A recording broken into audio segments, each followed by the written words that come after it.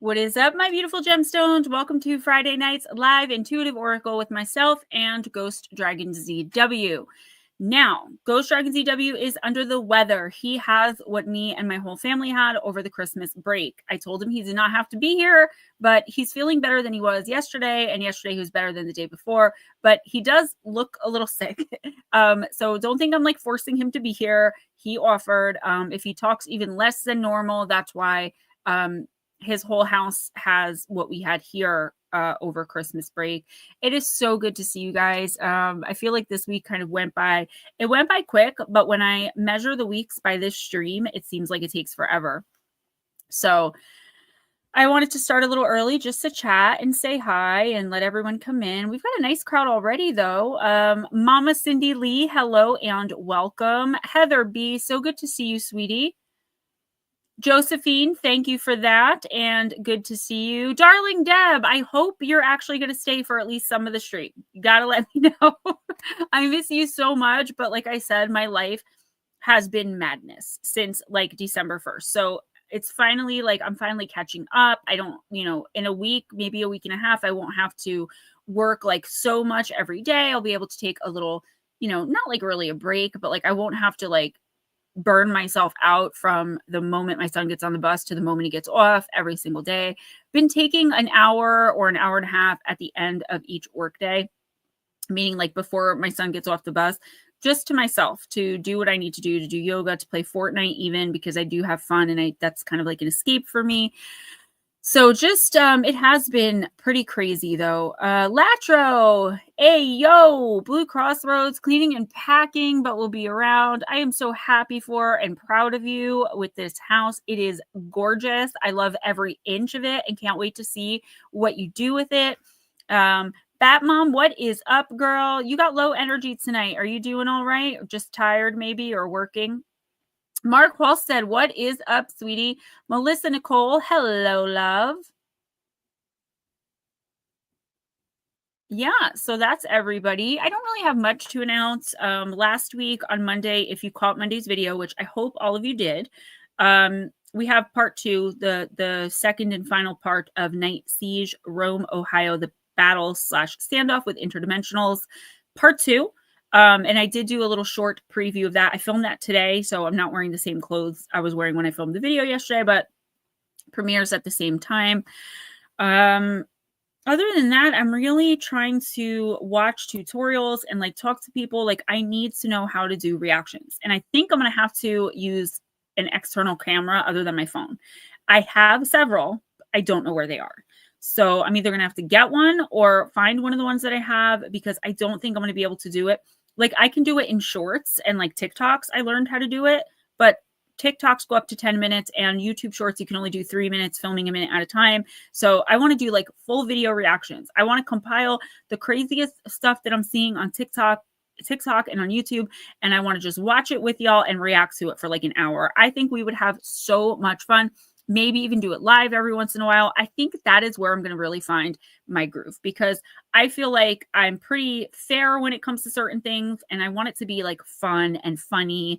And yeah, that's what I'm working on behind the scenes. You guys have seen probably a lot of shorts the past few days. I'm learning how to tag them properly so they get more views, and it's actually working. My like to view ratio is so strange though. Like I'll have 2,000 views and 40 likes if I get that many. And it pisses me off because I know a lot of it is people just take one look at me and decide they don't like me for some reason. I've had that issue my whole life. People just don't like me by the look of me. And it kind of does affect what I'm doing for a living, trying to be a public figure. But I'm a celebrity in my own mind. So what else? I got my Cobain shirt on. I am so proud of this shirt. They have such cool Kurt Cobain merch on Temu, believe it or not, that I'm getting a bunch of stuff. They call it Guitar Guy stuff. They don't even use his name, but I guess they can't, maybe licensing.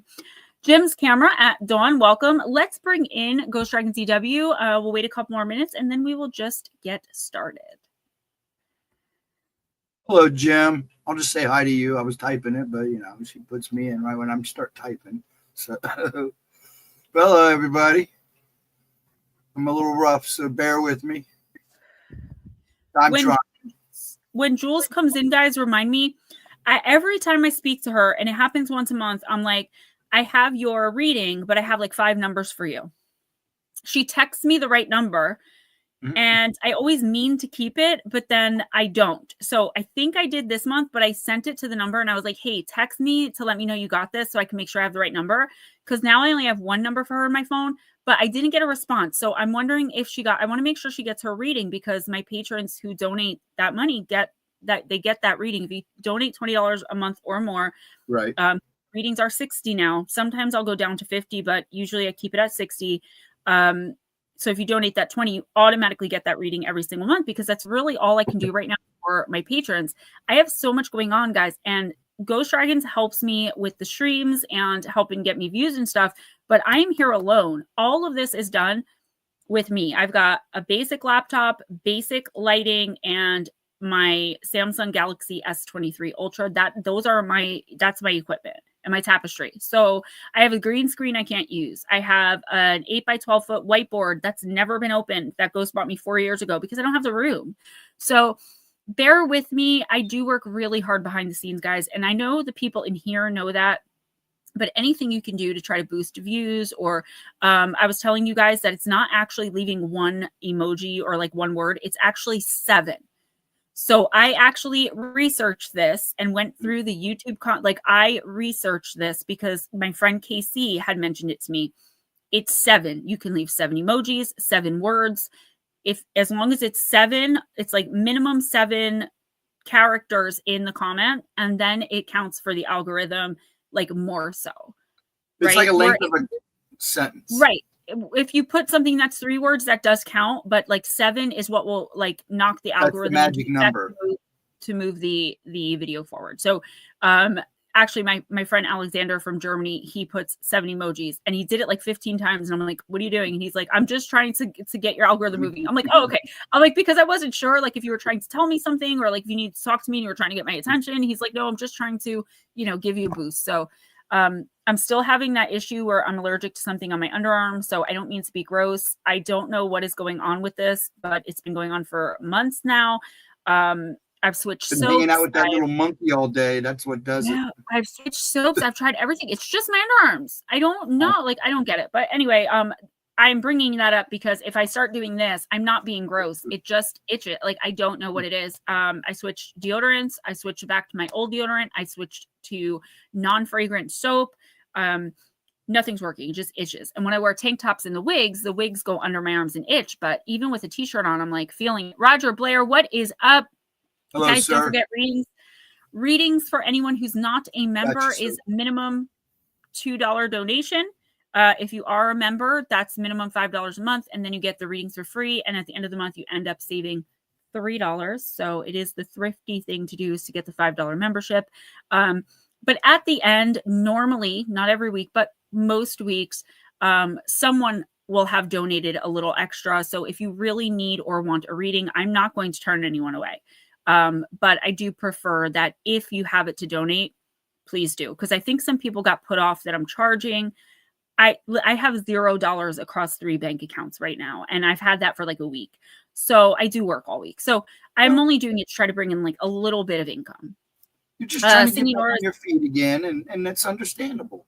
Yeah, I need to get contracted, and I don't know how I'm going to do that because AI has taken over all of the ghostwriting jobs. I cannot find it. You can tell, too. You can tell. Yes. Even when I use the virtual assistant, I still had to rewrite the stories to sound human. Thank you, Heather. Everyone says that, and I'm like, that's okay by me. Price compared to everybody else. I'm just trying to get by. When I was contracted, I really didn't charge anyone for anything because I was already making that $3,000 to $4,000 a month, where it didn't matter like the YouTube stuff. Like I'm here because I wanted to help bring people to their destinies, as cliche and corny as that sounds, and to help people get spiritually on track. But once I lost all that money, it was like, now I'm totally dependent on YouTube.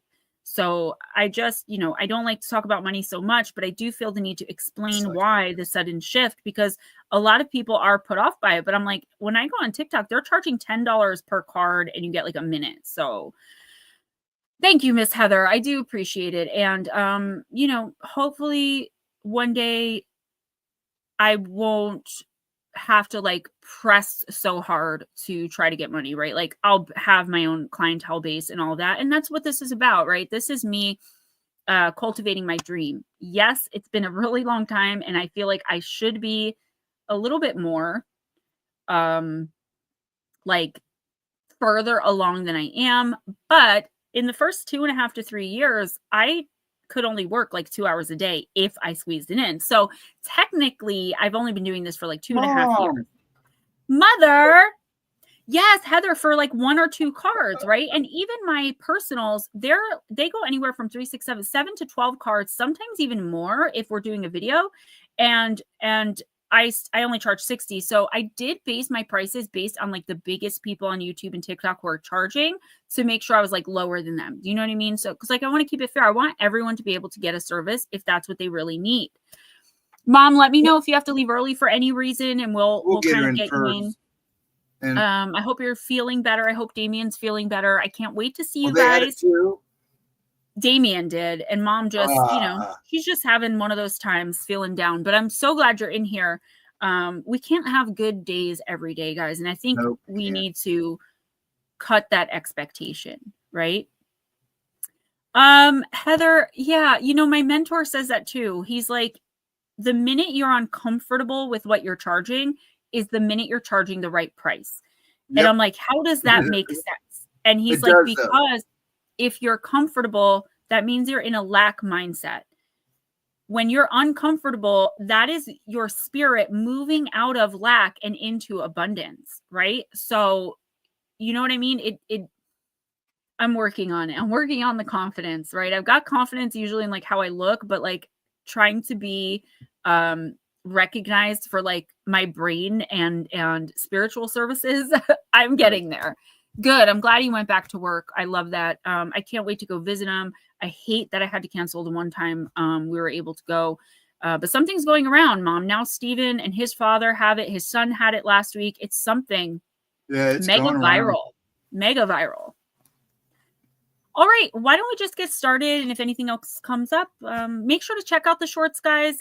Someone was saying something.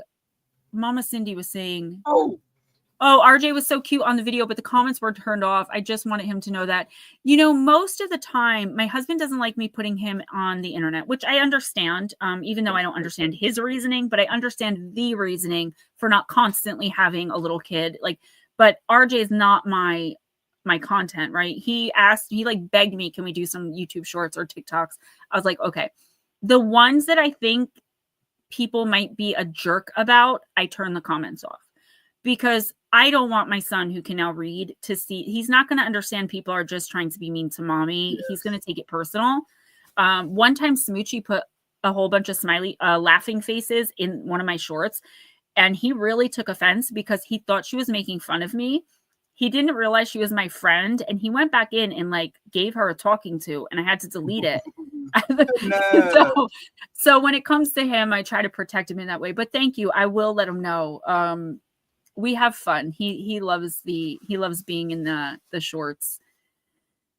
Blue Crossroads says, "Hi, Mom. I'm busy packing but listening. Just wanted to say hello." Aunt Edna, hello. I hope you're feeling well. Thank you, Heather. Yeah, that is my reason for living, that boy. All my kids, my boys. RJ just came at a very special time in my life, All right, so let's get started. Go ahead and do Mom and get her out of the way. And then we'll get on it from there because Cindy will be next. Mom, I'm going to use Queen Mabe. Yeah, Mama Cindy, he loves it. He actually wants to, like most kids, especially I guess with me doing it, it's kind of like doubly true. He wants to do YouTube and TikTok and stuff when he gets older. And I told him, like, you can definitely do that, but it's not going to be your job. Like, my job really isn't YouTube. My job is writing, right? But he loves it. He's like me. He's a ham. He loves the attention. He loves taking selfies. He loves taking Snapchats. He's my kid. He looks just like his father, but that kid is all me, for sure. All right. Queen Mabe for Mom. Mark, I'm so glad to hear you're feeling better, by the way. I know when it's touch and there goes my pink wig. I know when it's touch and go, it can be frightening. Particularly, I know you don't have a lot of family around you right now, but I want you to know that we are your family, and we pray for you and try to send you good energy just all around. And that goes for everyone in here. You know, I consider you guys a part of my family. Hello, Cliff. Speaking of which, it's my sometimes future nephew-in-law. Click. Cliff, I'm just messing with you. All right, Mom, you got card number 4, the Sacred Radiance. Wow, what a beautiful card. I have not pulled this one yet from this deck. Mom, I'm also going to give you a personal. I'm doing them in the next couple weeks. Miss Pixie, blessings and welcome. Own your power, claim your role, and shine your light. You are now being called to step into a divinely appointed role. Not a part you will play like an actor on a stage, but a role you will truly be. Even more accurately, a role you are, if only you'll admit it and locate the courage within you to not only claim, but to also wield your power. The sun's not embarrassed about being the light of the world. It doesn't hide or dim its brilliance in order to be polite. It does not shine with shame. It shines because it must. It is the reigning monarch of the sky because that's what it was born to be. And it's in its steadfast and undiminished radiance, it blesses the world with life. Be like the sun and proudly embody the queen-like role that is the truth of who you really are. This may be a message about taking tangible action steps toward a cherished goal. It may be a passionate wish or desire you have been reluctant to claim or even to admit to yourself it's a possibility. Or it may be something you have consciously and deliberately wished and hoped for. Alternatively, this could be a message about internally owning your personal authority, which in turn may inspire you to take the lead at work or in your family, community, etc. Mom, because we're talking about your true divine identity, your own frivolous stories are the only ones that can possibly hold you back. For example, you may be telling yourself lies about your lack of worth or ability, or perhaps you are holding the expectation of someone's rejection, failure, or disappointment. You may be thinking to yourself, who am I to do this or want that? Why would I imagine that I could ever do that? Why would people listen to me, or why would they care what I have to say? What makes me so special? Or you may be so frozen with terror that you are stolidly refusing to acknowledge or perceive what any of this is about. Thank you, Latro. What's up, Netter? Mom, even if you don't want to stay stuck or hidden where you are, it may feel safer than stepping into the light where others might disagree with you, laugh at you, ignore you. Whatever the story, it's just a trifle. Unlike your divinely appointed role, it isn't momentous. It isn't eternal. It isn't written in the stars. And honestly, it isn't even real. So you may rewrite the story or simply decide to release it completely. You do have a choice in this matter. At the same time, be mindful that, like fire, the power that wants to flow through you can be destructive if not consciously and properly wielded. Nomio! Ignoring or denying it is not in your best interests. Rather than letting it consume you, take possession of this power and direct it decisively. Waste time no longer, claim your identity, and bestow upon the world its promised queen. Now, this is an incredible message. I've actually dealt with this, Mom, so much of trying to not have things that have been done to me that I've gone through that through no fault of my own, things that people have done to me be my story, right? The pain, the heartache, the heartbreak, the disappointment, sometimes the shame, regret, the anger, all those things we feel when we feel betrayed or devastated over and about something, we sometimes will make them our identity. So I was this amazing human being beforehand. Then this person came into my life and did me so dirty. And now I'm the person who was done dirty by this person. This is giving someone way too much power. Now, this doesn't mean you don't have the right to be angry or hurt or to feel how you feel. What's up, Miss Shelley? Because you absolutely do. And you also don't have to pretend for others that you're just fine if you're not. Mom, what this card is saying, though, is everything really does happen for a reason. And you are meant for a greater purpose than to be holding your head down because someone else was a piece of garbage. Like, you weren't behaving in a bad manner. You weren't behaving negatively. You didn't screw anyone up or over. You conducted yourself like the queen that you are. You were honest. Like, you didn't do anything wrong here. So whoever this is that wronged you, and I'm not going to get into your personal life on YouTube, but you know what this is about. That's on them. That is their burden to bear. I know that this reading isn't going to make you like, just be like, oh, okay, I'm good now. That's not what the universe is asking of you. The universe is asking you, what about the situation made you feel again, right? What were the things you were looking for? And would you be willing to step into your power, to step into your light, to authentically find those? Because let's use a job for an example. Say you got hired for a position at $1,000 a month.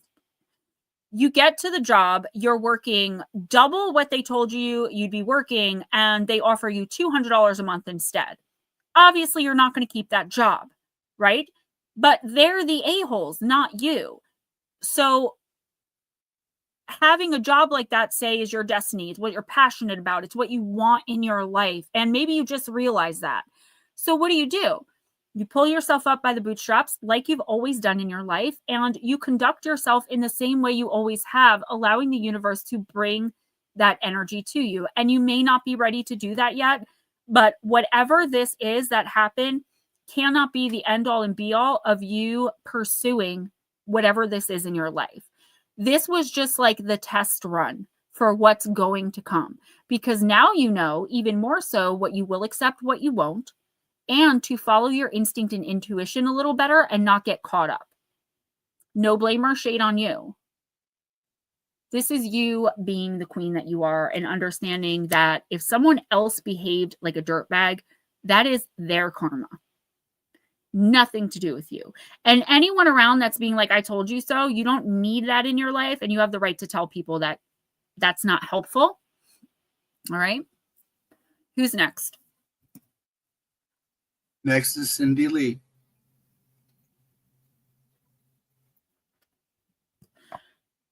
Blue, that's interesting. Mike J, what's up? Mama Cindy, I'm going to use Raven's Wand. I hope everything's okay, Blue.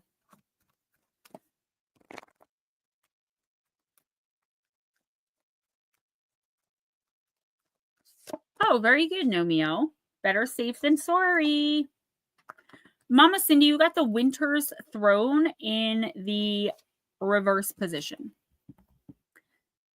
Ego is so closely bound up with us that it's hard to separate its whispers from our own thoughts, leading us to wonder whose ideas are really circling our head. One way to tell is to find a balance in our conscience. Notice how Sunday's seated position perfectly balances heaven and earth. Listen, and conscience will always balance you. And I say this a lot in the personal readings, okay?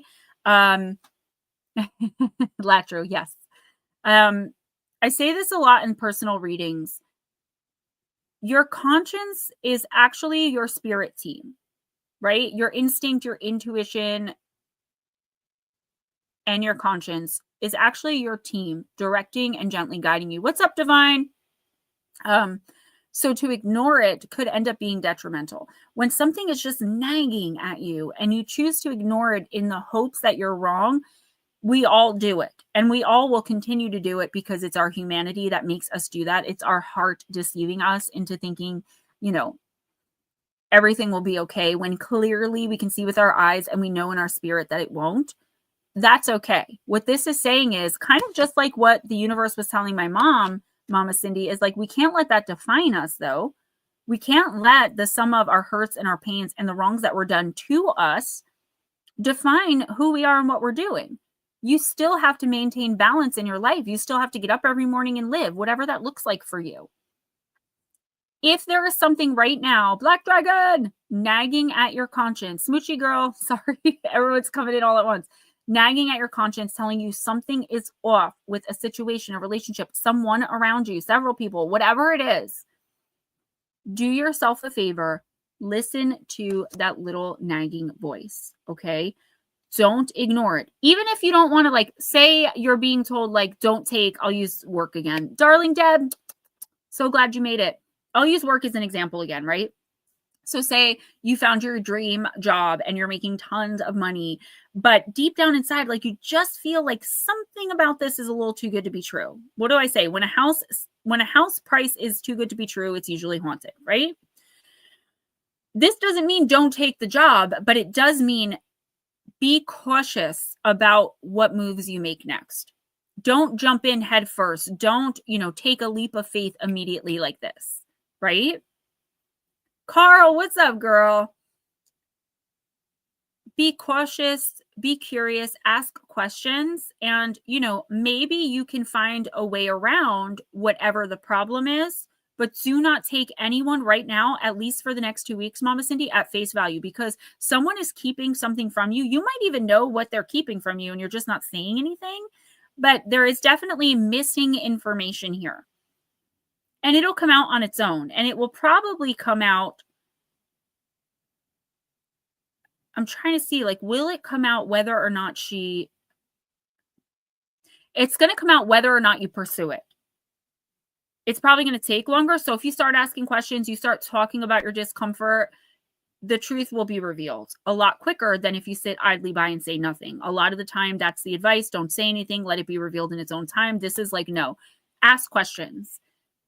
Specifically, the types of questions that are going to lead to someone finally being honest with you about the situation. Again, it doesn't mean don't get involved or don't take this opportunity or don't do whatever this is, but be cautious and careful with doing it, and always follow your hearts or your intuition, not your heart. Who's next?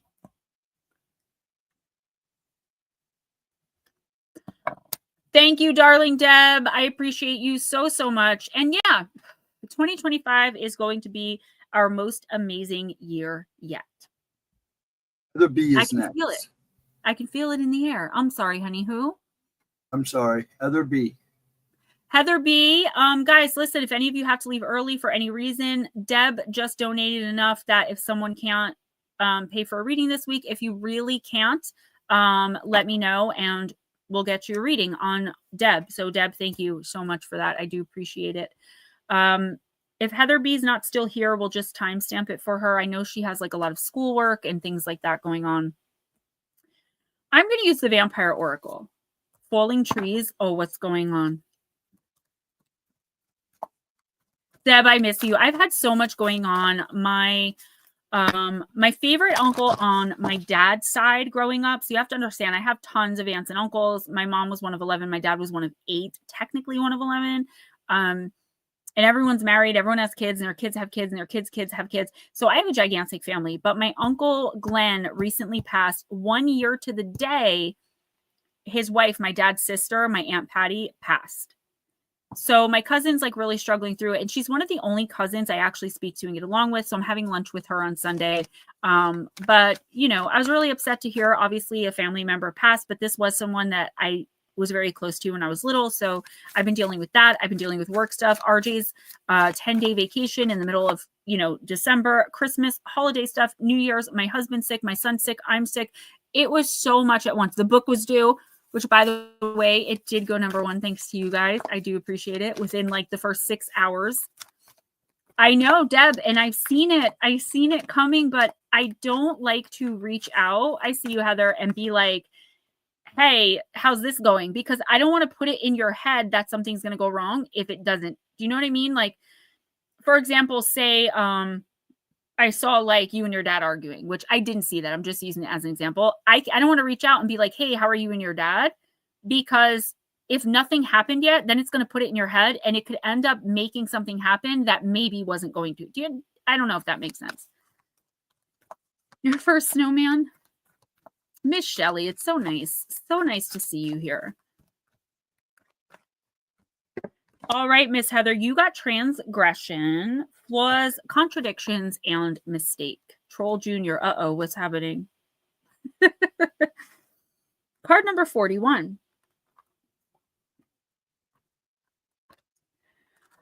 Let's see.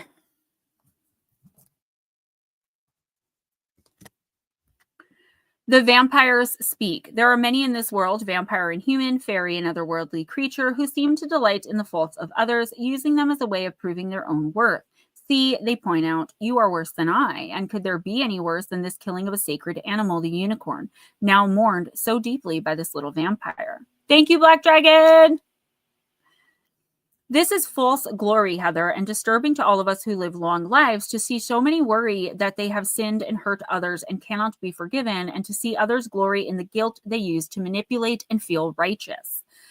The most perfected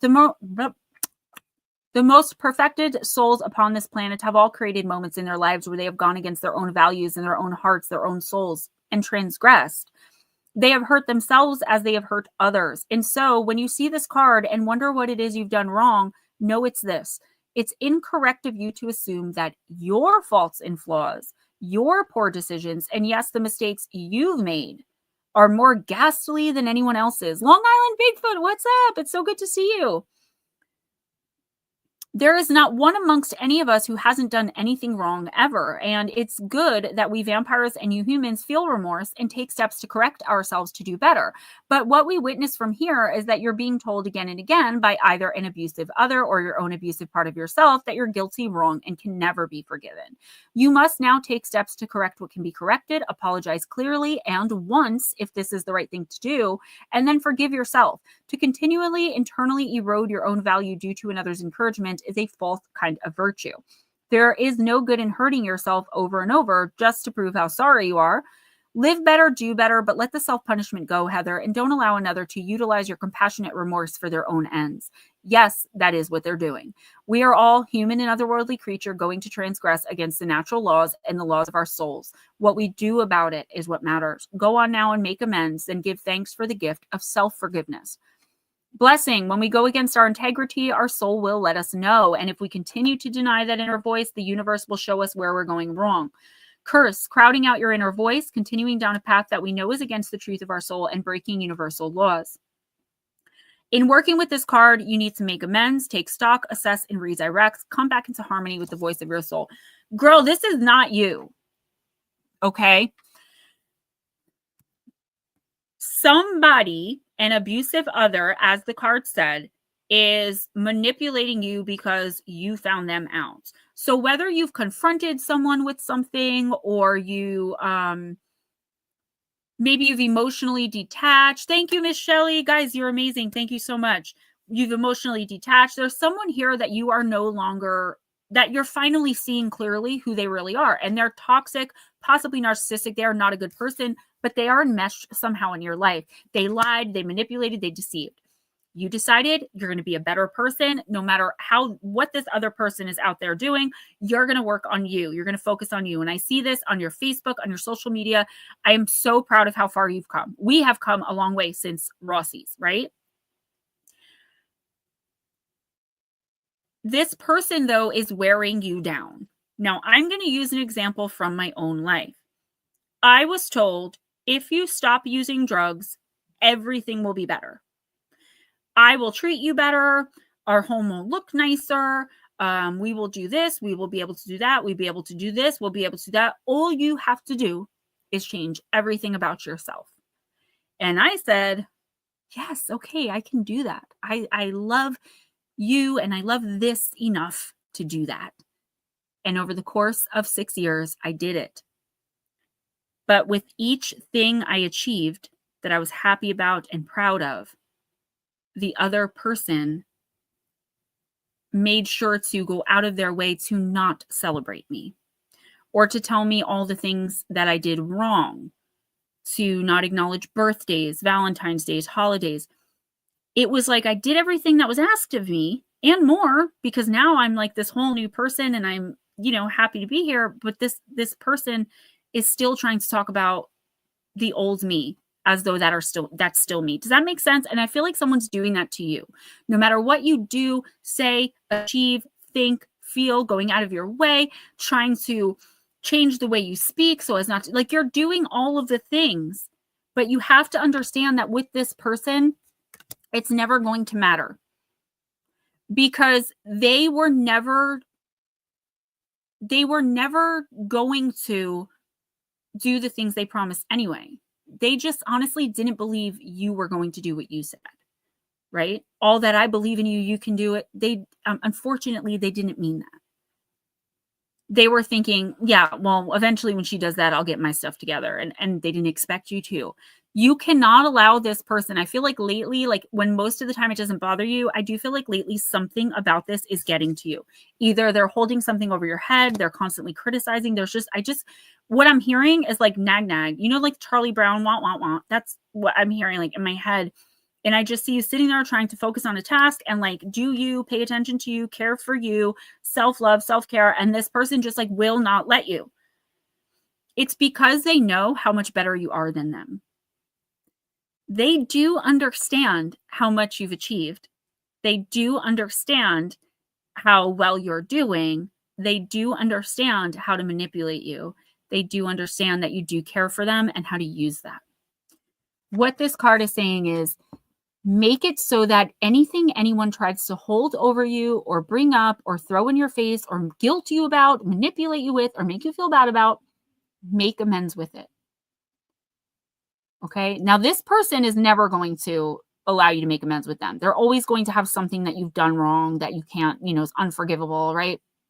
But everybody else, normal, quote unquote, normal people, just make amends where you can. And know in yourself that this person wouldn't be attacking you like this if they didn't know for a fact that you are on your way to bigger and better things, including them. They feel like they know you're slipping away. They know that you're not as easily manipulated, right? Even though you're still playing along in some ways. Heather, nobody has the right to treat you as though you're less than. I don't care if you were a drug addicted bum on the side of the road on Crooks Ave and this person is a bajillionaire who drives by in a Lamborghini. Nobody is better or worse than anyone on this planet. It's just not how humans were made. Unfortunately, some of us do. I mean, fortunately, yeah, but unfortunately, sometimes a lot of us here in this community do vibrate higher. That means people will automatically not like you just by looking at you.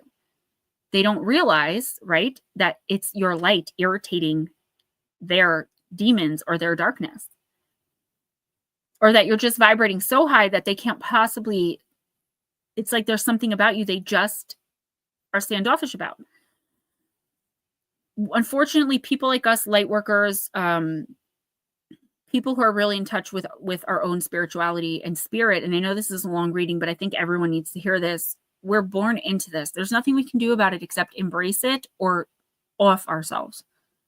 A lot of people, present name included, can't handle being a light in the darkness because of how toxic it is, because it attracts toxicity.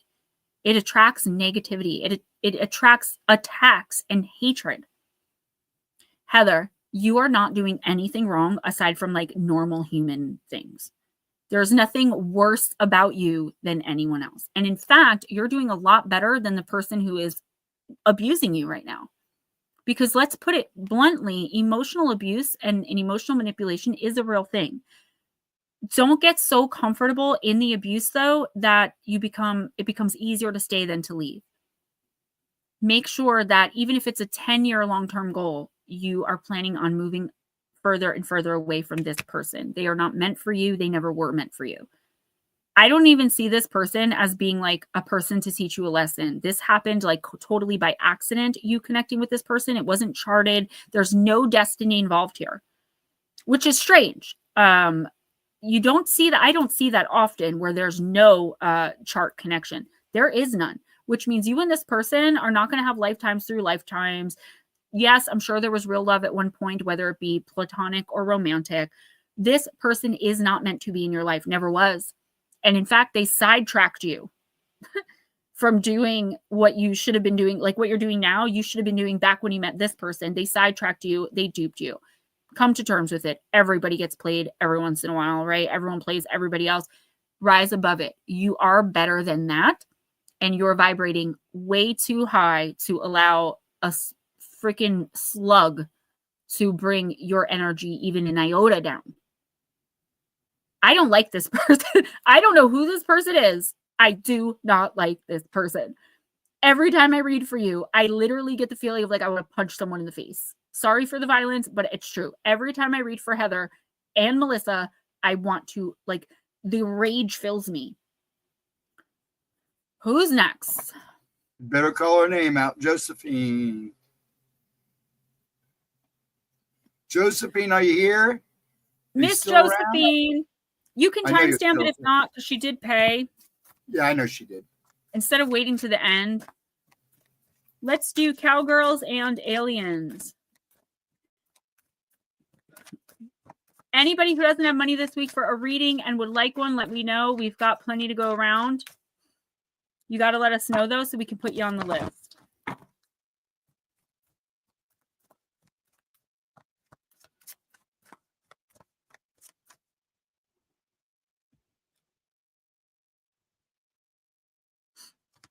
Oh, I just itched my nose and I actually scratched it really hard. Latro says, anyone look at the BF photo restoration I posted earlier this week? Patterson G 3 frames max restoration. No, I didn't see it. You posted on your channel? A lot of people can't handle having ability, so they reject it until it starts bothering them mentally and physically. Look what I did. I became an addict. You know what I mean? And then I just looked like a crazy addicted person instead of just a crazy person, right? Unfortunately, though, not all of us are meant in this lifetime to embrace our light. We all have it for the most part, except for dark souls and dark spirits, which they used to be few and far between. I'm seeing a lot more of people turning into that than I ever have before. We have to protect and shield our energy at all costs. But I know that you can't just be like, I'm out and leave. Like, you just, sometimes you can, and that's great. But a lot of the times you can't. And I try to be sensitive to that when I'm reading for people, because I don't ever want to be that person that's like, it's time to go, just leave. It's never that simple. And you don't have to understand. I don't have to understand why someone can't. I just know that 9 times out of 10, someone can't just say, all right, I'm out. It just doesn't work that way when you're an adult. All right, Josephine, I see you, hon. You got the Navigator. Card number 29. I will take control of my own destiny.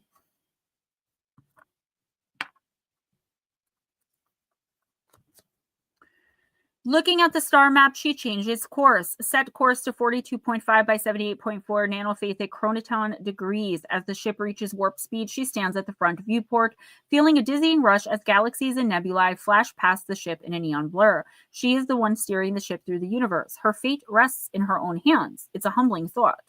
The Navigator controls her own destiny, steering her ship to safety through the chaos of outer space. Some may think their fate is up to the universe, but she knows the universe is more concerned with stars exploding and planets forming than her tiny blip of a life. She feels empowered to shape her life how she chooses. The universe is a big, intimidating place. The only constant is change, and the only guarantee is that nothing lasts forever. Instead of seeing this as a scary thought, however, be inspired by the Navigator, Josephine. You may not have control over the universe, but you do have control over yourself and your own actions, so why not take the helm? Steer your ship to where you want it to go. Whatever struggles you might be facing, Josephine, remember that nothing bad is ever going to last forever. Appreciate the good times when they're happening. We can get worried and anxious about things that were never under our control in the first place. Embrace what changes you can make within yourself and see if you can let go of the rest. That is exactly what I've been talking about with my mom, with Heather, and conversations I have with my own team and myself. Like, we can only control our reactions and responses to how other people behave. We can only control our own actions. I have lived with someone who literally did not care anything I said, like literally down to the smallest thing. Can you take out the garbage today? No problem. Leaves without taking out the garbage. To the biggest thing. Hey, are you going to remember my birthday this year? No. When someone literally does not care about what you say, think, need, want, feel, there is no working with them. There's no communicating, because everything you say, they're just going to say, yeah, okay, and then not follow through. And then when you confront them about not following through, you're a nag. When you don't confront them, they just do it more. So it's a catch-22. So why not look inward, Josephine, and focus on doing what's best for you for once, without considering how it's going to affect everyone else. And this isn't to be selfish. Obviously, if you have kids or you're responsible for minor children, then yeah, you have to consider them. Other than that, if you're a grown adult and you have no children to care for, or nobody else that you need to care for, you have every right to do what you want with your time. Period. Especially if someone else isn't giving you the respect of considering you and your thoughts and your feelings and your wants and your needs before they take any action. There is already a running theme tonight, ladies and gentlemen, and that is we need to focus inward in 2025, not in a selfish way. But when people are being selfish towards us, we are allowed to look inward and say, okay, this person clearly is not in my best interest. Like they don't have my best interest at heart to help me. So now I have to work doubly hard to help myself and get myself where I need to be. It is hard and it is a long, lonely road. That's why I say find a core group of friends, right? Find people who understand you, that you can converse with about anything and everything. In this community, that's hard because a lot of people don't want to talk about extraterrestrials or like Ted Bundy, but we do. So you have to find your people. Josephine, you are ready for a major drastic change in your life. I'm talking like moving across the country or taking a job you never thought was you, or getting on the internet and like creating content. There is something major here that you've always in the back of your mind wanted, but never had the guts to go out and try to get. This is the universe telling you, you literally have nothing to lose, because whoever this other person is you're worrying about, they are not worrying about you. Your instinct, intuition, your conscience, everything is right on point about them. They're liar, cheater, manipulator. Don't bother confronting them because you're just going to double down on their BS. Go and take that class. Go and get that job. Go and move where you want to be. Do you, Josephine. It is not selfish, especially right now, for you to make some major decisions. You are at a turning point spiritually. You need to seize the moment and do everything you can to elevate yourself. And eventually, get rid of whoever this is that is dragging you down. I feel like a lot of us are in the same relationship. Just like the same relationship dynamic. You ready? Who's next? Darling Deb. Darling Deb. My Deb girl. Let's use Deep, Dark, and Dangerous.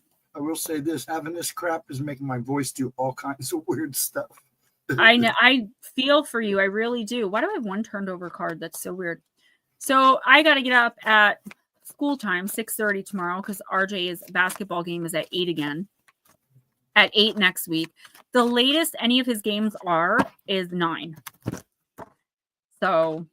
Oh, you get an extra half hour. Ooh. Yeah, a big extra half hour of sleep. I hated games, man. Right? I think so many of us, and a lot of us are around the same age too. I consider like within 20 years, like the same age group. And I feel like we're all just coming to the spiritual realization together as a group. And I think the group, it's in recovery, we call it the power of the group, but I really do believe in it. And I think it makes us stronger. When I leave the stream, I feel so much more mentally clear, emotionally strong. Like I feel so much better after this stream every week. Why do you think I did, even though Wednesday night was a crap night? I did it because I left feeling so much better. I don't think it was a crap night. Well, it wasn't a crap night, but it just could have been a lot more entertaining. I was pretty rough. Yeah, but you weren't feeling well. This is so crazy. So I said there was a card that was turned over. I put it back in and shuffled it. Here it is, Deb. Skyla. But you leave the stream feeling so much better.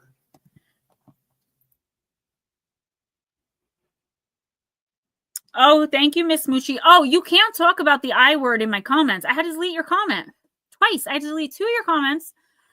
But I do appreciate you watching them, and I do appreciate you commenting. I'm not mad with you. I'm just saying if you don't see your comment there, it's because it violated YouTube's very, very strict community standards. Deb, you got Skyla, the card of resilience.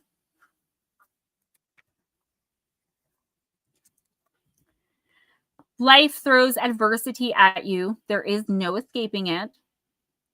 There's no escaping that either. Yet building resilience allows you to handle this better. Building flexibility is key to developing resilience. Righteous anger is not shameful. Let me say that one more again. Righteous anger is not shameful. Sometimes you can get caught between a rock and a hard place. You need to make a decision between two poor outcomes to get where you need to go. Like I always say, the lesser of two evils is still evil. Most people who know of Scylla were introduced to her through Homer's epic The Odyssey. Odysseus wants to return home with his men and is told that he will have to pass through the Straits of Messina, close to two monsters, to do so. Scylla guards one side of the rough and narrow waters opposite Charybdis, another monster in the shape of an inescapable whirlpool. It's said that the two monsters were in an arrow's range of each other, so that if one didn't get you, the other definitely would. So who was Scylla, and was she always a monster? There are a number of origin stories of Scylla, but again, most relate to a woman being jealous of another woman and harming her enough that she becomes monstrous, a repeating motif in the ancient Greek world. That's also how Medusa ended up a monster. Zeus essayed Medusa on Athena's in her temple, and Athena took it out on Medusa and turned her into Medusa. Did you guys know that? That's crazy. Before she was turned into a monster, she was the beautiful sea nymph, daughter of Phorcys and Ceto, deities of the sea. They were also the parents of the Gorgons. In one myth, it said that Scylla was transformed by Poseidon's wife Amphitrite by placing a poisonous potion into the pool in which Scylla bathed. Poseidon had his eye on the beautiful Scylla, and Amphitrite became jealous. The second myth featured the handsome Glaucus, a sea god who fell in love with her, but whom she rejected. He asked the sorceress Circe, whom he was friends with, for a love potion to assist him. Circe, however, was in love with Glaucus herself. So instead of the love potion, she created a drink that turned Scylla into a monster. Scylla then became a frightening creature who no man would ever find pleasing. She developed 6 heads on long snake-like necks, and each of these heads held a mouth with razor-sharp, shark-like teeth. Her legs, guys, her legs were girdled by savage dogs, and she no longer had a human voice, but made the baying sound of hounds. She had a half-crab shell that stuck out of the black cave and tumbled rocks she was perched upon. Odysseus asked the advice of Circe about the best way to pass the monsters to survive. Circe advised that both monsters were terrible and that loss of life would happen, but it was better to get closer to Scylla and lose a few men than to lose everyone and the ship to the whirlpool of Charybdis. Homer writes of Scylla in Circe's voice, quote, "No crew can boast that they ever sailed their ship past Scylla unscathed. Scylla was not born for death. She is a thing of terror, intractable, ferocious, and impossible to fight," end quote. Odysseus was literally caught between a rock and a hard place, yet decided that battling Scylla would be preferable. He and his crew sailed to the strait where Scylla and Charybdis were and knew that death was near. They sailed closer to Scylla, who rose up in rage and slaughtered 6 sailors. One man was taken by each of her heads. Scylla remained resilient and undefeatable. In a much later story recorded in Eustathius's commentary on Homer, it was said that the hero Heracles encountered Scylla during a journey to Sicily and managed to slay her. Her father, the sea god Phorcys, immediately applied healing flaming torches to her body, and she returned to life. Again, Scylla rises. My nose is so itchy. I'm sorry, guys. Righteously ferocious to thwart yet another pesky hero. Your plant companion is the sea onion, and your crystal companion is serpentine, which is one of my most favorite stones. It's a beautiful green. Nutslap has brought me a couple things, a ring and a pyramid. It's just a beautiful, beautiful stone. I'm a fan of greens, my favorite color. Deb, you are caught between a rock and a hard place, and I feel like you've been caught between one for a while. The issue here that what I'm feeling is like they're making me feel shame. Like shame is like I'm embarrassed right now. I'm feeling shame rise up in my cheeks. How am I going to tell so and so that they were maybe right all along, that this is not working, right? So you're going to stay in a bad situation to save face. You're going to continue in a situation that you know is not best for you, not right for you, that you cannot thrive in. You're losing your mind in. You're losing yourself in, simply so you don't have to tell Aunt Karen that she was right all the time and the whole thing never was going to work. I'm not judging you because I've done it. But this is what the universe is asking you, you know, again, not that you can just get up and leave, but her anger was righteous because she didn't do anything wrong. She was just the object of someone else's affection, right? So she has the right to be angry. That's the point of the card. She was turned into a monster simply because someone was jealous of her. I feel like, Deb, you know what you should do.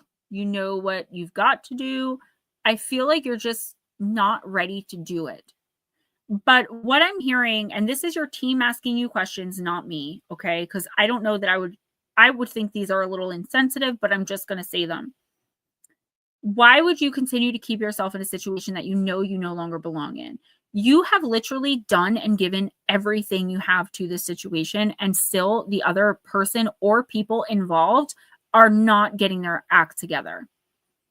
You were bamboozled. I don't think the person, or well, I'll just say person, but it could be people. I don't think they did it on purpose. I think this person did come from the right place. They had every intention of following through with their whatever their promises were, or whatever this is that didn't quite work. Unfortunately, you don't have your whole life to wait for someone to get their act together. You should not be giving all of your energy, all of your thought energy, all of your everything that you have to something that you know for a fact isn't working. And I know that about the health insurance, but at the end of the day, you're becoming spiritually sick. You're becoming physically sick, mentally, emotionally, even psychically more prone to psychic attack because of this. So I always recommend this, right? If you can't physically leave or get out of this situation, you have to start emotionally detaching from it. That way, all of the little things that are being done, spitefully or not, that are hurting you, the little piercing arrows that hit you every single day when this person breaks a promise or, you know, puts you down in some way or does or says something that hurts you, they won't hurt as much. The more you focus on yourself, the more you focus on your goals, your hopes, your dreams, regardless of how the other person feels about them or fits into them, the less you will be hurt by their actions and words. This person is on their own spiritual journey that they may or may not learn from.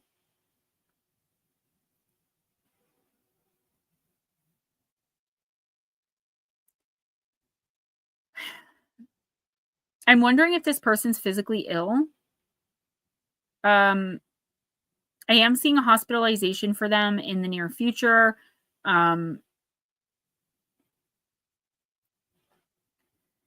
It's not good.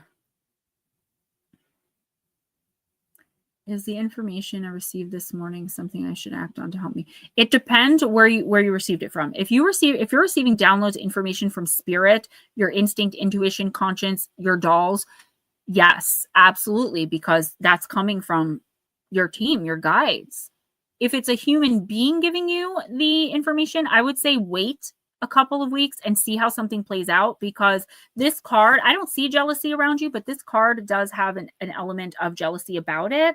So I would wait if there's another human involved, like giving you advice or information. If it came from spirit, then yes, absolutely you should. You always should, without question. The problem is our humanity gets in the way, right? We have brains and we have free will, and you know, we have a heart that constantly deceives us into thinking something is love, even platonic love. So yes, if it came from spirit, yes. If it's a person just trying to help and give you advice, I'm not saying they are giving you the wrong advice on purpose. I say just wait a couple weeks. Who's next? I'm just watching something weird going on. Are you folks having problems with YouTube? I literally watched this drop down to 3 people, then jump back up, then drop down to 3 people again. So I don't know if they're having problems on YouTube or what. It's weird. Anyways, it is. Blue. Yeah, I went from 3 to 6 to 10. Yeah, it's just weird. But Blue is next. So if Deb, if you're getting that feeling, I'm just seeing it, right? Like I'm down the line a little bit, but definitely it's there. And it's not like, I'm not getting a good vibe. I'm getting like, now it's too late. Here you are. You've got to start emotionally pulling away little by little. That doesn't mean you can't help the person sometimes or do things for them or like continue to live your life. I have 15 now. Yeah, I think it's just YouTube. They have my picture here is messed up too. My photo is blurry. Watch.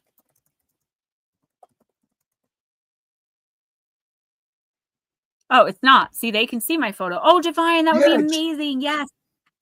I was wondering about the skinny fit, but I thought it would be rude to ask because you offered it as a gift. So I wasn't going to be like, yo, where's my gift? I would appreciate that so much. Thank you. Love you for that. I said my Ohodo is blurry. All right. Blue Crossroads. We're going to use Angels and Ancestors. Should I timestamp you? Yeah. Well, he said he's listening and packing. I think we might just be having issues on the StreamYard end of it because you're welcome, sweetheart. Thank you for coming in. I miss you so much. We talk every day. Now we like barely talk, but it's me too. It's not just you. Divine, I think it's StreamYard because if you see like on the StreamYard end of it, my photo is just blank. It's just a black picture with a little white on the top. It looks like a negative photo. I see you, Blue. But then when I type and it goes to YouTube, you can see my actual photo. So it's got to be a StreamYard issue.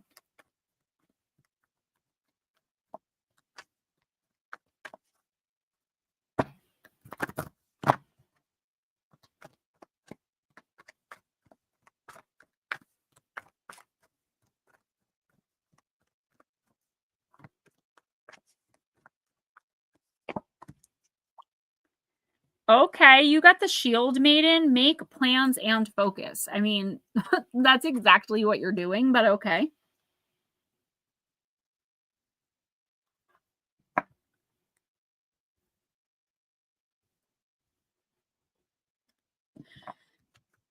Have a plan or strategy in place before moving forward. The Shield Maiden is the female knight in shining armor. In Viking traditions, women were seen as equal to men, and so joined them on their raids and fought with them on the battlefield if they chose. In this deck, the Shield Maiden brings a fiercely feminine energy, the power to be a warrior while retaining feminine sensitivity. This doesn't mean anything negative or sexist towards you, and I'll explain when I'm done. She's ready to put her plan into action. She's ready to go into battle. Her medicine helps us move beyond any unsettled feelings when our plans start to take shape and follow through with our strategies in order to be where we want and need to be. Shield Maidens worked together in times gone by to create shield walls of protection, so she also shows us how to work with others in order to bring our plans to fruition. Taking some time to assess what your next steps will be. All great warriors have a plan. Blue, you are a sensitive being, and if you're not prepared for the tasks you're taking on, you could end up feeling exposed and helpless. The ancestor guidance that is coming to you now is a reminder that you have a warrior's heart and that you have it within you to be more prepared and focused than you've been lately. So have a strategy in place and then let your guide support you as you move forward. This isn't saying anything like negative. Kelly Lewis, if you're here, I see someone mentioned your name. Welcome. First of all, this could be someone that you're dealing with. This could be someone else's energy and your energy, right? This is you kind of really thinking about what you're getting into.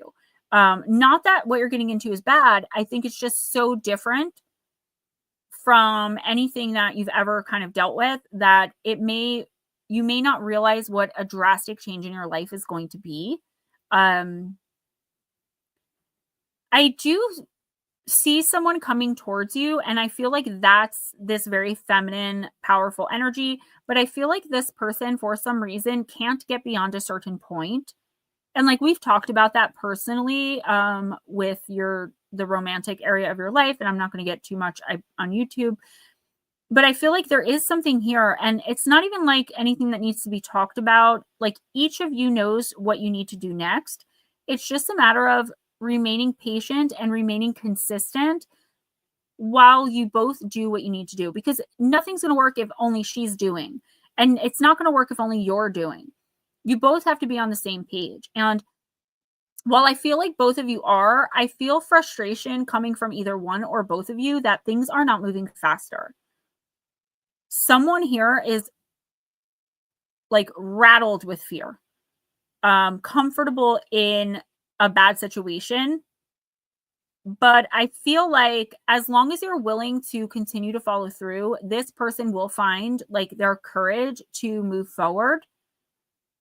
It's just going to take, I think, longer. I think both of you knew it was going to take long, but as it's taking so long, you're both realizing how long it's taking, right?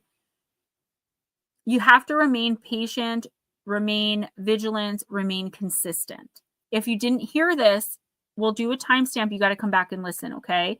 Other than that, just do what you're doing. Stick to your plan, because regardless of what this other person is or isn't doing, you still have a life to live and lead, and you still have things you want to do and things that you are doing for yourself. Stay focused on that as well. Don't over focus on whatever this relationship is. Like, obviously you want to focus on it. You want to give it time and attention, but don't over focus on it to the point where you start like making things up in your head, or like worrying for no reason, or finding a reason to be anxious, or things like that. Like, you could literally overthink this to the death of it. And so could the other person. Keep doing what you're doing. Bat Mom, are you here? You're being summoned. Where's Nutslap? Is Netter still here? I don't know if Netter's still here. He might be here somewhere. Yeah, Bat Mom, if you hear me, let us know you're here. And we'll just go ahead and go to the next person, which is Mark. And then when Bat Mom comes in, we'll get her right in. Mark, I'm going to use Mythical Goddess. All right, Netter. Are you ready to go to the mall with me?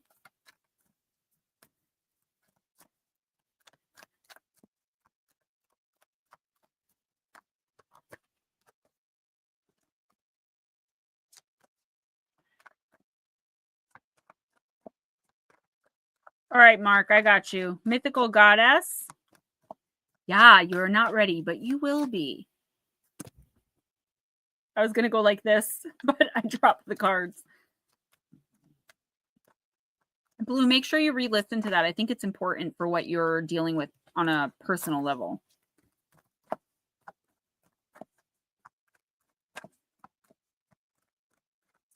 All right, Mark, let's see what's going on, babes.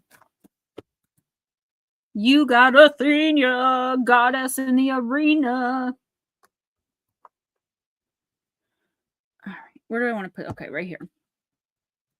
The Chariot, card number 7, I think. I'm not good with Roman numerals, but yeah, you will, Netter.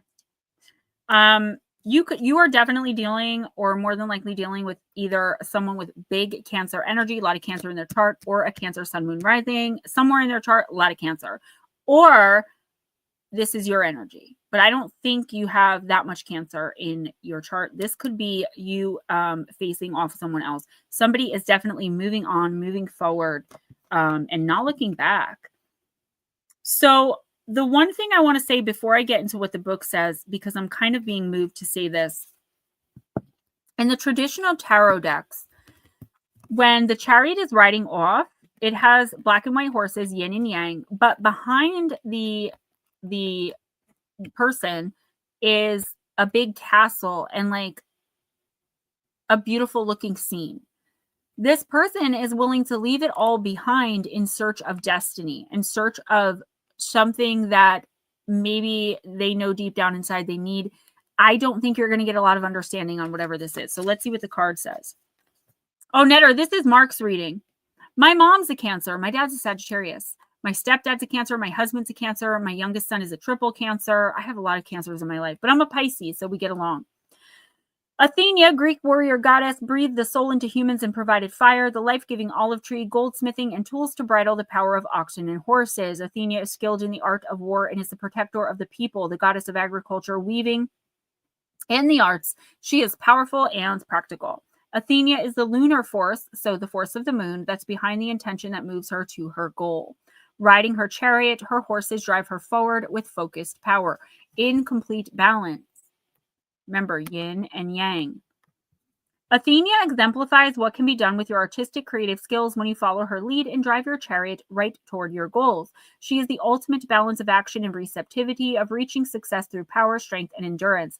Athena is perfect timing, embodying the principles of change and movement. Athena's powerful example of stamina and focus aids you in finding your rhythm to achieve victory in your life, keeping, quote unquote, your eye on the prize. No distractions can come between you and your target. Mark, follow Athena's war cry. Be willing to fight the battles that are necessary and find in yourself the endurance to ride catalytic change and triumph over all obstacles. This is your spiritual path.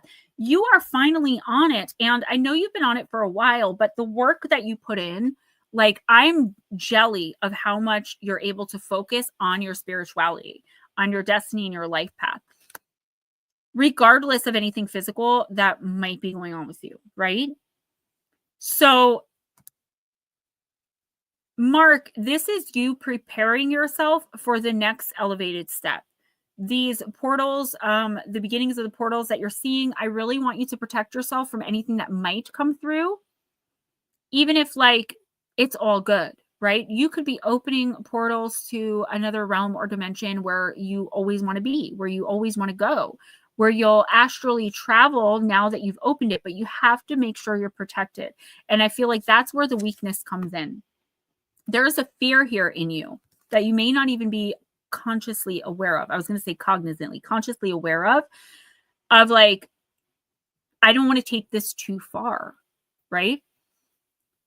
It's scary. What's on the other side? Is this something I should be messing with? Yes, and I don't know, right? I don't know, yes, and yes. This is definitely a part of your destiny, a part of your soul's journey. This is you activating, as you know, and really just going for it, following. This is like majorly high spiritual energy, where I feel like this is one of your really massive ascensions. Once you eventually, I'm not saying you're going to die, but like we all die. So like once you pass on from here, I believe you're going to be to a point where you don't have to reincarnate anymore. And that's what this is about. Finding other realms, dimensions, beings to be around. And I know this sounds like crazy to some people. Kelly, thank you, because I don't like giving messages like this, but I know, Mark, you understand what I'm talking about. Don't let your concerns get in the way of you exploring this. You are seeing these things, you are experiencing these things for a reason. This doesn't happen to just anyone, right? We're chosen when these things happen. Because even people that put their complete and total attention and spirit towards doing things like this can't do them. And you're able to. That is for a reason. Do not let fear take you out, but be cautious as well. That is one of the things I'm seeing, like a major concern of something coming through that you did not invite, nor did you expect. Expect it. Something is not right with that situation, but as long as you protect yourself, you're going to be fine. Yeah, guys, thank you so much for all the donations so far. Anybody who could donate to PayPal or Cash App so I can get the money right away, I would really appreciate that. The donations to through YouTube, I'm not complaining. Love those because I get those on the 21st of the month, and that's my groceries. So you guys are amazing the way you support me, not just financially, but showing up every week, showing up in the videos. I mean, all the little things you guys do that equal my success, really. So I just want to put that out there. Thank you. We will timestamp Batmom. I believe she's a member. Yes, she is. We'll timestamp Batmom if she doesn't come back in because she might be working. Let's move on to whoever's next. Well, Melissa's next too, and I believe she is at work. So, because she said she'd be listening. So all I right, don't know if you want to timestamp her or go ahead and do it. We'll timestamp her, but we'll do it right now. Yeah, sounds good. Yeah, don't worry about it. I'm not complaining. I just like to make people aware that YouTube does take half. And PayPal and Cash App don't. Wherever you guys donate, it's always appreciated. Seriously, you guys keep me afloat. So you guys make it so I'm able to do this for a living. Even if I don't make much, I'm still advancing myself. I'm doing what I'm meant to do. And I know eventually the universe will reward me financially for this so that I don't have to ask anyone for donations anymore. I'm just making money. All right, Miss Melissa Nicole, I am using Vintage Wisdom. It's not a deck I use often, but it is a very powerful one when I do come across it. Sometimes it has like boobies in it. Mom, I figured that, and that's fine. I know you're not feeling well. We just want to give you your gifts. We miss you. RJ is like obsessing over seeing you. I keep telling him you guys aren't feeling well. Melissa Nicole, you got the card of divine timing.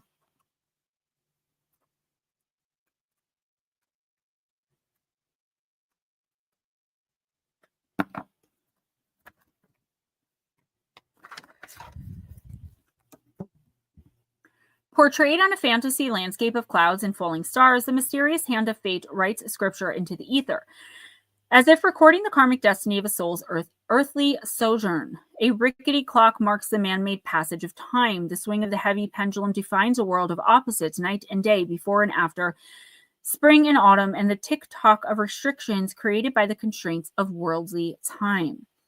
An angel leans nonchalantly against the clock, awaiting her next assignment, while two dragonflies hover overhead. In shamanic cultures, the dragonfly is revered for many reasons. Drawn to lakes and flowing water, this powerful totem represents the unconscious mind and the realm of dreams. The appearance of the divine timing card invites you to align with your intuitive nature while being patient and flexible. Things may happen at a different pace than anticipated, or opportunities may spontaneously arise, so be ready for synchronous happenings, unexpected blessings, and sudden endings or beginnings.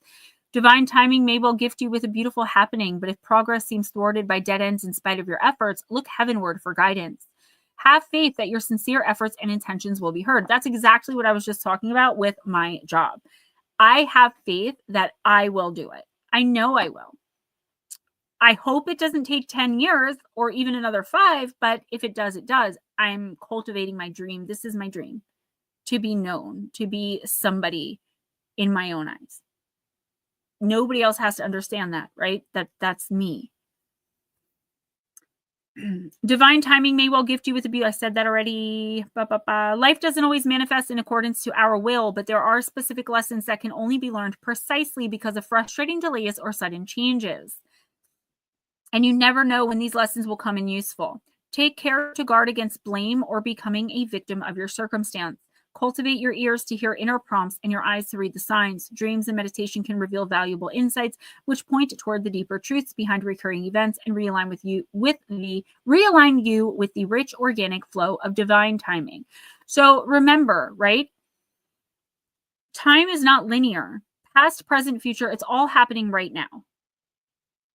Why we all chose to be here at this time, I have no idea why I chose to be here, because I hate living in this reality. Not everything about it, right? I feel like I should have been born in the 50s. I don't know why. I just feel like I probably was. Maybe something happened to me in that time and I was like immediately reborn or something. I like when I'm watching movies from the 50s, even like the 60s, the 70s, that time period, I feel reminiscent and nostalgic. There's a reason for that. Divine providence always delivers what we need when we need it, and only for our highest good. The responsibility lies with each individual to adapt accordingly. Ask for the necessary understanding of why things are as they are right now, and for any gifts or benefits hidden within the seeming disruption. If you wonder, Melissa, how divine timing plays a part in your life, reflect on how seemingly unplanned synchronicities, and I tell you guys this all the time, molded your reality today. Consider how unseen forces and connections have led you to this point in your life and in your spiritual development. So this is for everybody, right? Even if you're in the most miserable situation, right?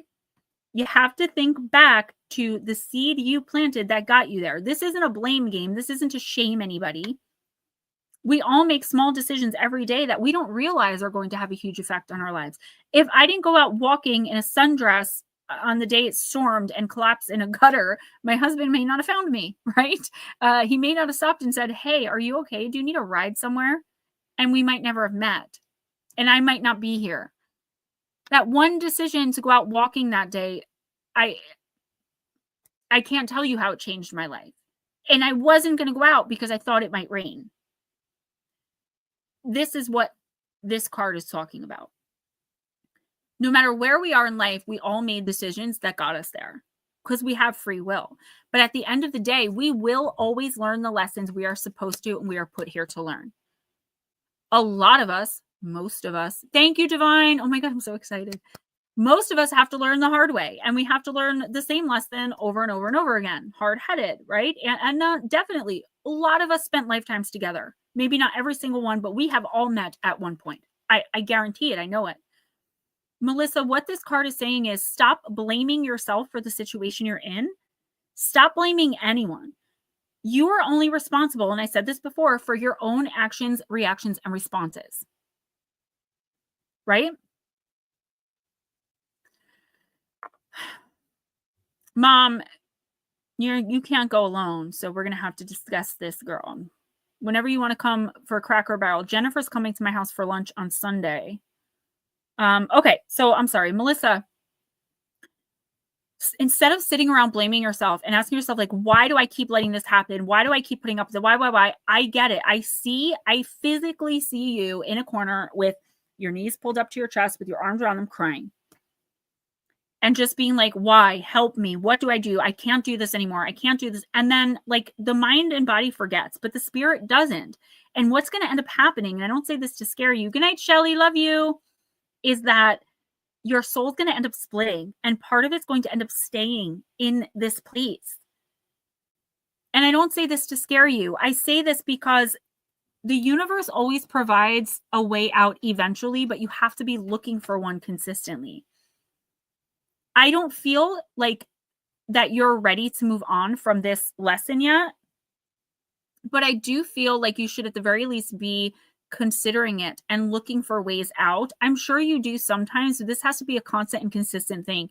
There was an opportunity for you involving a man, and I don't think it was a romantic thing, but I saw someone stepping in and giving you like the hand, like helping, but you just missed the opportunity because you were caught up in this. You are in a violent and abusive relationship. Okay. And I say that publicly because you've allowed me to. Eventually you're going to end. I just see you not making it out alive if you continue to stay much longer. Okay. I got you, Netter. So Melissa, I'm not trying to scare you. Just stay focused on you and constantly look for opportunities to get out. Even if you're feeling good in the relationship and it's like the honeymoon, you know how like you go from abuse to like the honeymoon phase. Even if it's in the honeymoon phase, keep it in the back of your mind, right? You will get through this. You will get out of this. And I want to look directly in the camera when I say that. This is not your fate. You determine your fate. And if you don't do something soon, I see the universe just taking him out of the equation. Not like him dying, but like him just there.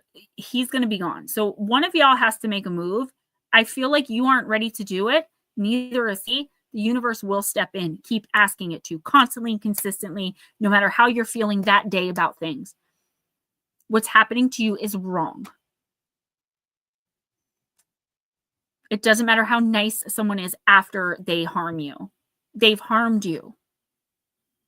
Righteous anger is allowed.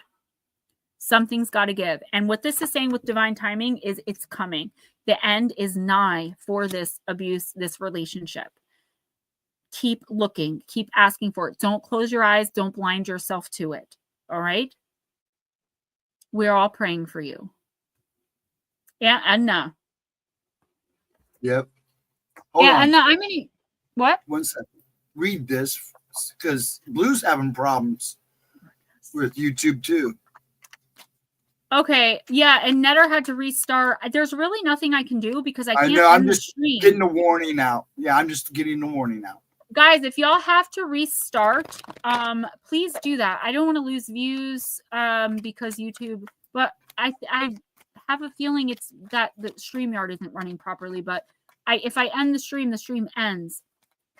So I don't want to do that. Just restart if you have to, please, and do your best. If you have to come back and listen, that's fine. Blue, try restarting, honey. So weird. Yeah, and no, I'm using the deck that you gifted me for Christmas, I think 2 years ago, with those beautiful Moldavite earrings that I wear with the necklace Tennille gave me and the ring Ghost gave me. It is the Oracle of the Radiant Sun. All right, Blue, I'll talk to you later then. No, we need one card, please.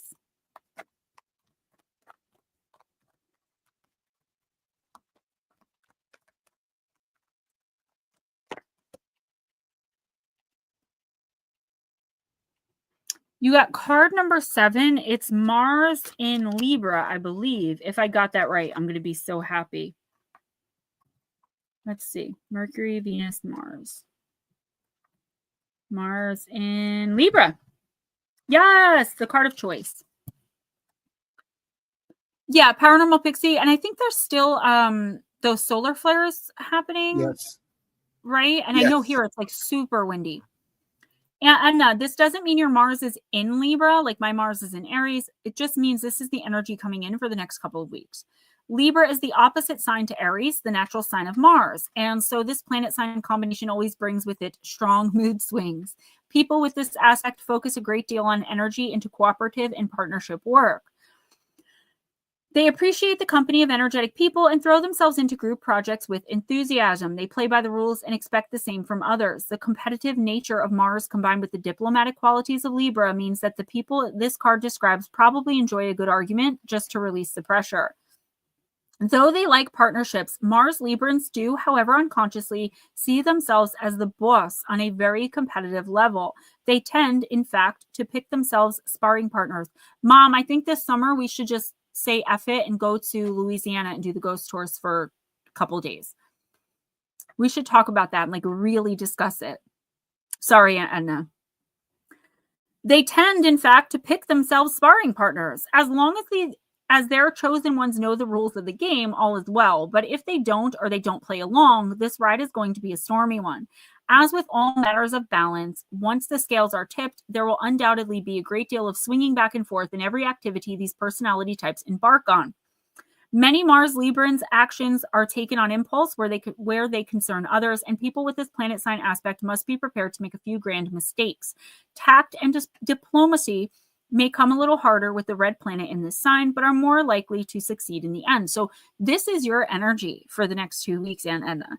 When this card appears, it always indicates a very difficult choice that needs to be made.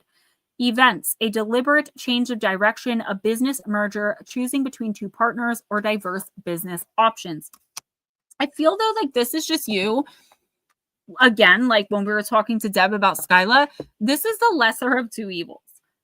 I do feel though like someone, Cliff Clark, let us know if you're here, please. Someone is not playing along. You have a way about you, Aunt Anna, I think all of the time where people just look to you as kind of the leader, right? So if you were in a group of 15 people and you didn't know any of them, more than likely they would all look to you what to do next. I have that same thing with me where people always think like I somehow know what's going on, right? That's actually a really good thing because when we're spiritually elevated, we do make better decisions, right? For ourselves and for others, and usually more so for others. This is you, though. You are in the next couple of weeks, like, if you never take any poop from anyone, this is like 10 times elevated. And I've been saying this to you for months and months. You have just had it. Now I feel, though, like there's other people involved in this trying to like sway. You know what I mean? And you're like, you know what? If you don't like it, girl, bye. And if you're going to take their side, boy, bye. And if you honestly can't see what's going on here, you're too blind, they bye. Like you are done. An ancient energy near her. Black dragon. Yes, that is like the perfect way to say this. Aunt Anna, you are absolutely right in how you feel. You have got to just end this. And I know you can't because the other person just keeps coming back for more. I feel like you are really in a position in the next couple of weeks to put this person in their place. And there's several others too. I don't think the other people are actually like really the ones that like you're intending to focus your anger on, but I feel like they're just getting too involved and they're not understanding what's happening. It's like they're looking at you as though you've done something. You know what I mean? Like they're being manipulated by this other person.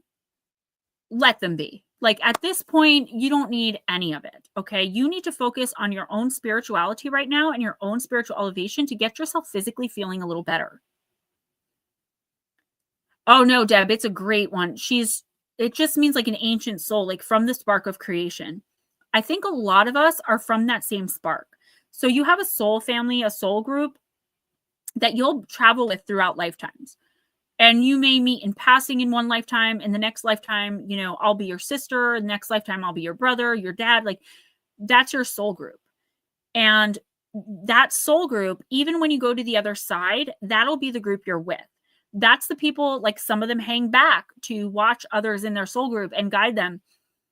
And it's not that you don't associate with anyone else. It's not like cliquey like high school, but like if the souls and spirits on the other side aren't in your soul group, you just say hi in passing. It really is like that over there. Like, we all have a mission collectively, all of us on this planet. Each soul group has its own collective mission, and then we as individuals have our own. And you have just had it. And I feel like the people that are meant to stay in your life after this you don't really need toxic people egging on a manipulator, right? If they're too blind to see what's going on, is that someone energy that you really want around you right now, particularly when you're not doing so well physically? Don't let guilt stop you from saying what you feel, okay? And don't be manipulated into thinking you're the bad guy. I do feel like you're about to snap, though. Like, I feel like your cool, calm, collected composure is like out the window. You have just had enough. And I don't blame you. I don't even know this person. I don't even know the situation. I just know this person is very toxic and they enjoy getting a rise out of you. I know it's a female. I believe you've told me who it was, but I just remember female. They are now getting other people involved. Like, oh, you won't believe how mean Edna was to me and I didn't even do anything. And like, people are believing. These are very unevolved souls. Not to be mean to them. I'm not saying they're bad people, but if they were vibrating high, they'd be able to see right through it. And then it might well be, but you never know, right?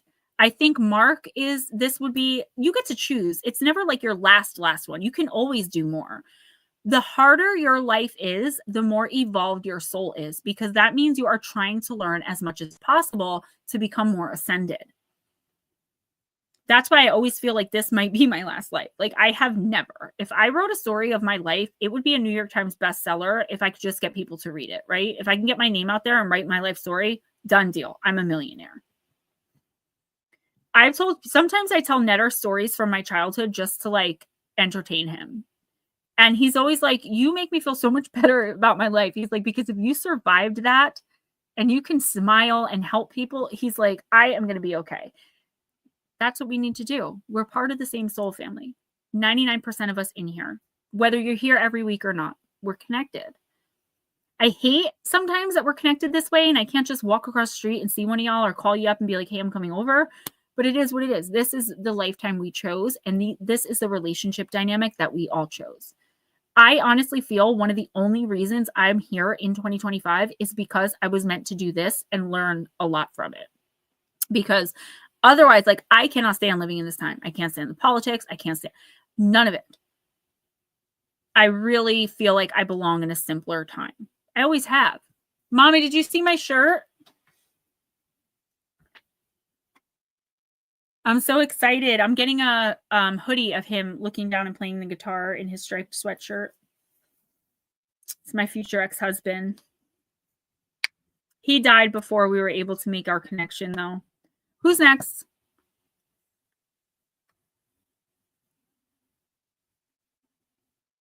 Sorry, I thought I clicked it off. That's We're okay. gonna go ahead and do. We're gonna do. This is Cliff didn't answer, Miss Pixie.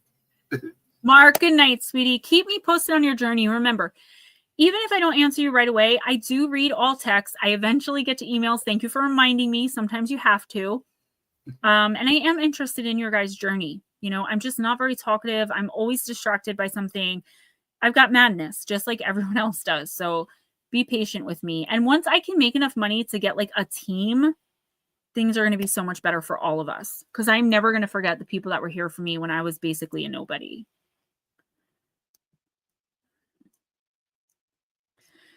I am seeing negative entities around people more than I ever have in my life. And I've been feeling projected like negative intention a lot more too.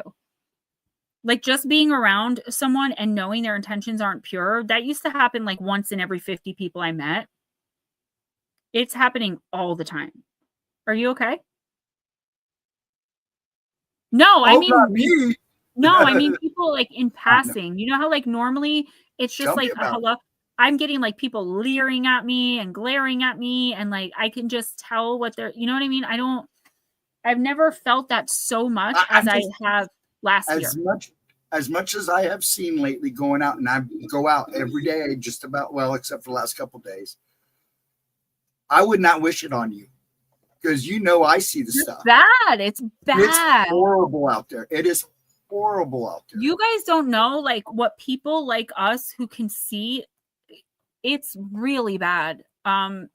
It's I actually terrifying. think a lot of it has to do with why I got sick the way I got sick this time, was because I have seen so much lately. I wondered that too, if me getting sick the way I did out of like literally the clear blue sky because I don't go anywhere, if it was because of all of the madness outside.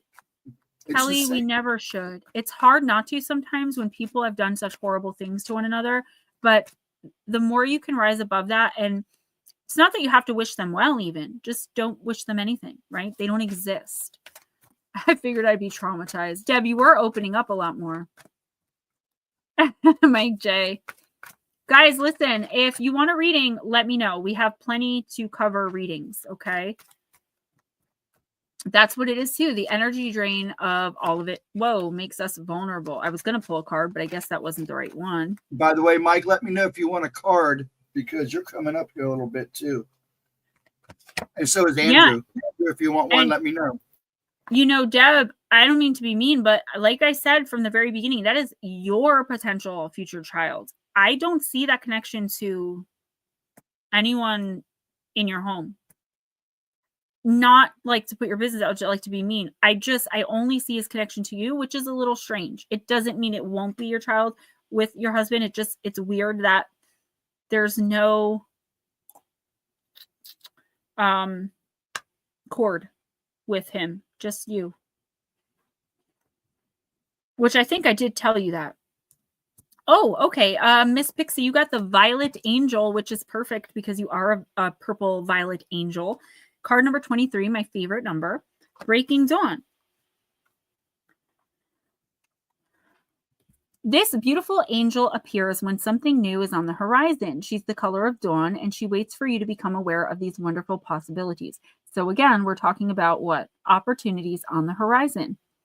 When she appears, it's a sign that many wonderful coincidences, events, friendships, and changes you've been longing for are about to finally arrive at last. She wishes to arouse you so you will be ready to take full advantage of all the new blessings that are soon coming. Wake up and ready yourself. I wish Jules was here. Yeah, I'm sure I want to read for you, Mike. The Violet Angel speaks. There have been times recently, Lara, when you felt you've lost your spark and that your physical body has just been too exhausted, almost as if you were born tired. It has been a long night of the soul, but now I am here to let you know that not only has the quote-unquote worst passed, the best is on the horizon. It's faint and it's gathering energy, but it is on its way. Soon, with this new dawn, your energy will begin to flow again and you'll feel reconnected to your own internal power source once more. Life with Bobby. Hey, purple's my mom's favorite color. It was always my favorite color when I was a little kid. Your spirit will blossom, Lara, and your intuition will hum. Please awaken earlier in the day and be ready to begin our work on this new project by spending time outside in nature in the early morning.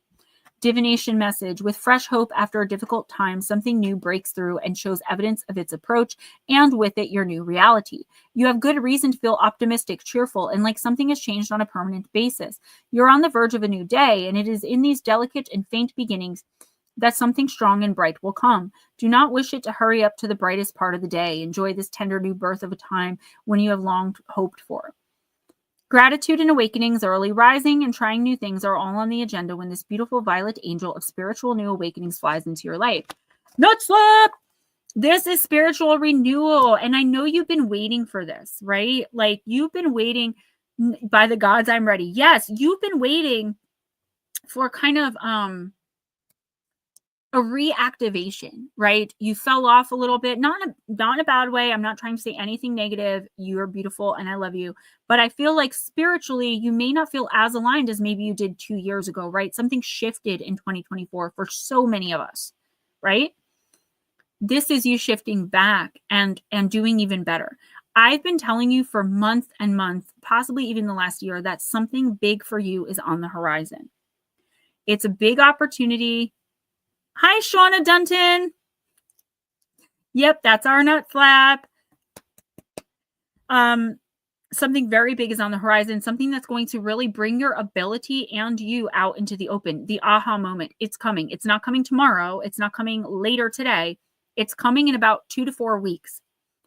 I feel like it's going to be too big to miss, but if you're not rising early, spending more time in nature, focusing more inward, you have a lot of outward focus right now, which is okay. It's all right to want to take care of others. But again, we got to talk about reciprocity, right? Are you taking care of people and giving way more than you're getting?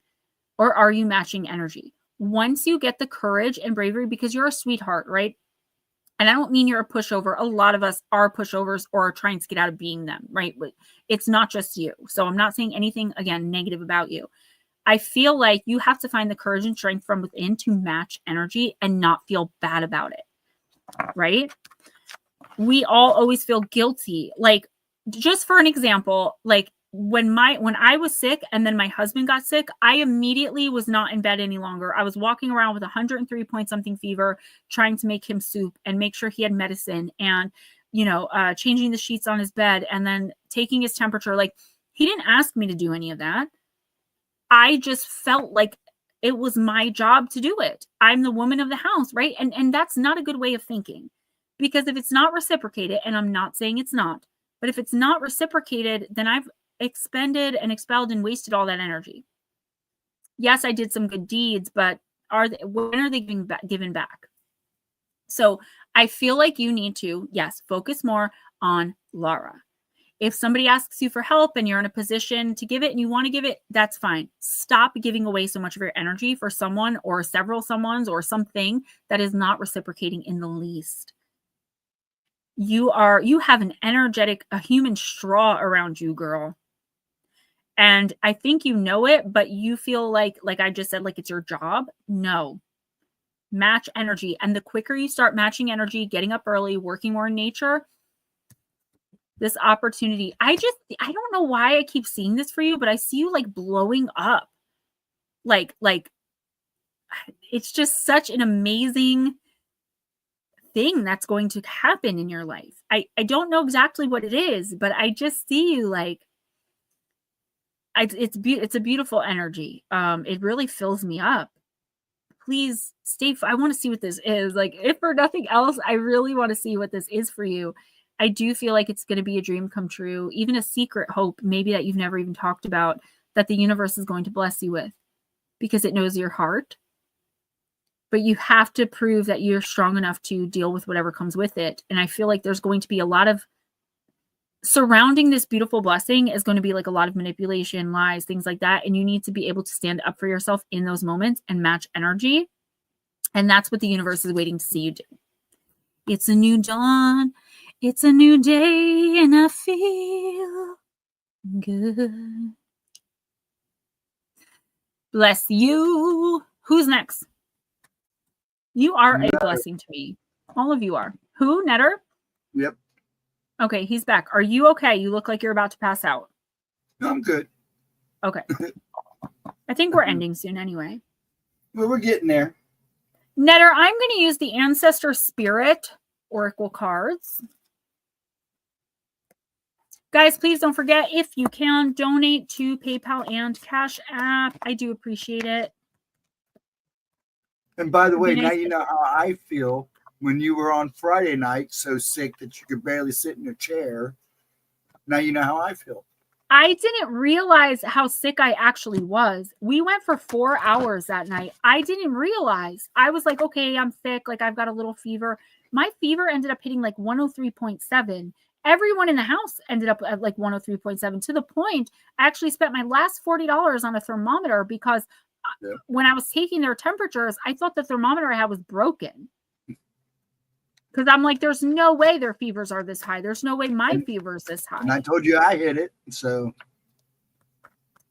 yeah, Kelly, well, I usually strive to go 4 hours. That's kind of like my goal. But if there's no one to read for, I kind of just, I'll do yoga or do my own thing.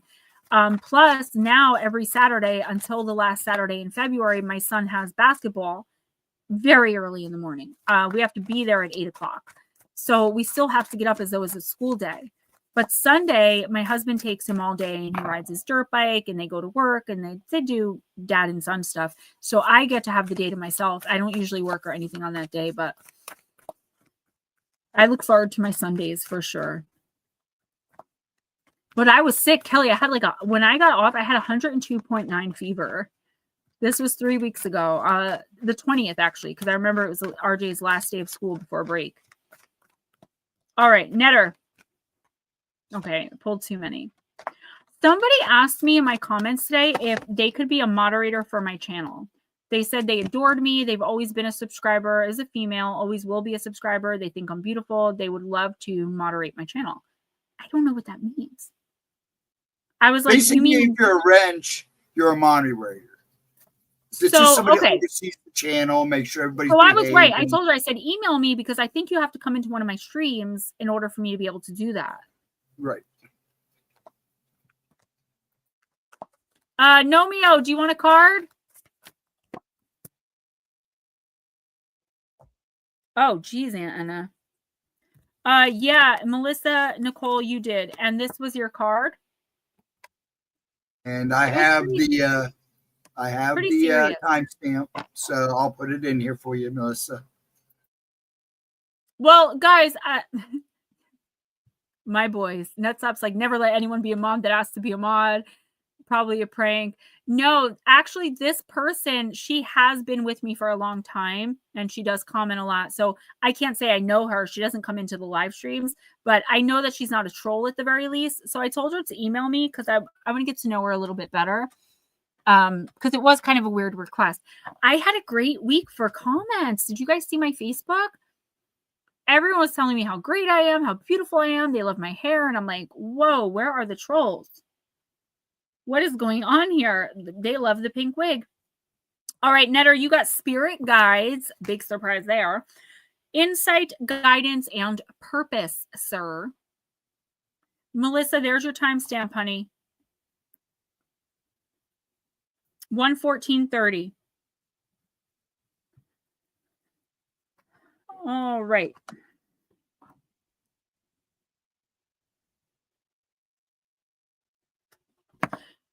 Divine, absolutely. Netter, your spirit guides are calling you. They want to give you clear messages to help you on your true path. You may not be able to go on a traditional vision quest, but you can embark on a spiritual journey. Learn more about who your spirit guides are and explore ways of communicating with them. Make attempts to hear, feel, see, and sense your spirit guides. If you're unsure of how to communicate with your guides, meditate and ask for a sign about who your guides are, or ask for help from a spiritual friend or mentor. I'm not saying I'm a mentor, but I am a spiritual friend, sir.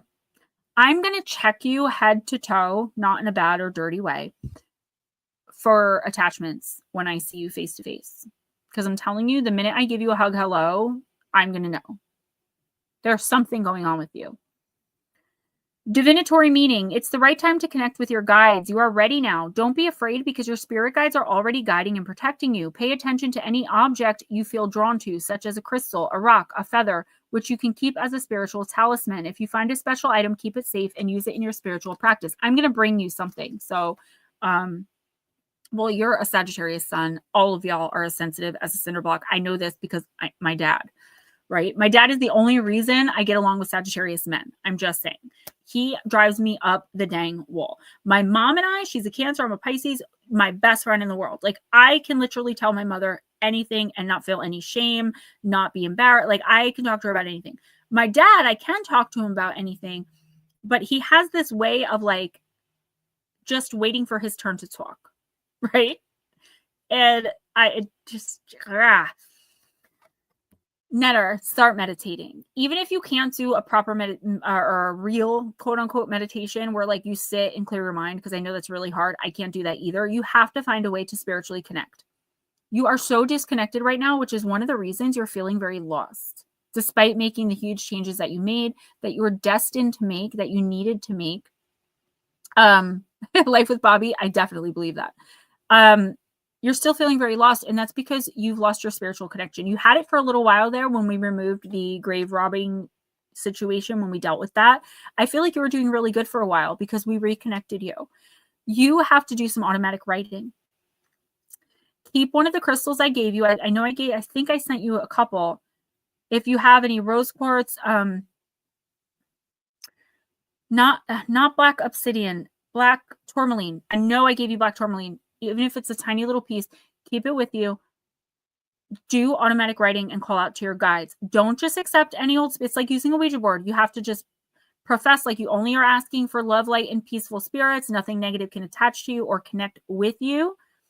Okay. I've had the devil, quote unquote, offer me like to sell my soul several times during automatic writing. I don't think that's who I was really dealing with, but it was a negative energy, negative vibe for sure. You don't want that. Be precise that you want to speak to your guides and learn their names. You want to know what's next. Do all of this through automatic writing, a little bit at a time, because it can be really addictive. Once you start speaking to those spirits, it can be really addictive. And you don't want to become obsessed, which you are at risk for because of your low spiritual energy. Okay? Connect with your guides. They have things they need to tell you. You don't need to be sensitive, quote unquote. Okay? I'm not used to having such short nails. RJ picked these out because teal's his favorite color. All right, who's next? I wore all of my protect. Girl, I don't blame you. And I hope you had to put it all on the charger after. I hope you put it all on the charger because you are also around a lot of human straws.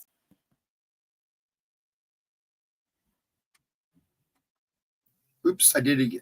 Let's do divine. Oops, I did it again. Guys, be sure to support the shorts, please. Just because they're like 40 seconds long doesn't mean they take me 40 seconds to film. Sometimes it takes me an hour to get through one 40-second short. I do put a lot of time, effort, and energy into them. I spend at least 2 hours a day working on them on the days I do them. You know, I put my heart and soul into this channel, guys, into everything I do. So I just hope y'all appreciate it.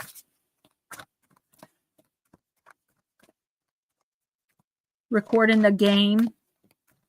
Fortnite. I am so obsessed. I told you guys years ago I don't play video games because I become obsessed. Now that we have a PS4, a PS5, and an Xbox, I set up the Xbox in RJ's room, which is connected to my room, so that I can have the PS5 for myself. All right, Miss Divine. I'm using the Shaman's Dream. All right. The Joyful Muse popped out. Fortnite. Yes, Kelly, thank you. I know a lot of y'all are not willing to get TikTok. I don't blame you. I didn't want to get it either. I had to do it as a business. For business. Not going to be around much longer from what it looks like. And if it's banned, it's banned. That's fine. I really hope that I can make money with it, but I just go on there and like rant and rave and cuss and talk crap about people, talk poop about people. But I also do the one cards. Any way that you guys support me with views, even though it's just a couple of cents, it does add up at the end of the month, right? So whatever you guys are doing, keep doing it. Keep sharing with people who you think might be interested in the stuff I talk about. I do one paranormal video a week, usually. Sometimes I can't get it done, but I do. I still write for Missing Persons Mysteries, so make sure you're over there supporting them. I write, I think, all of their scripts now. I know I'm head writer, but I might be the only writer over there right now. So they're going through transition. You are pretty darn important. All right, Divine. This is actually a really great card. This is the Joyful Muse, card number 33. Inspiration, the gift of play, and your inner child. The joyful muse invites you to be more playful, to have more mirth and joy in your life. You have become boring to yourself, even as others continue to find you interesting.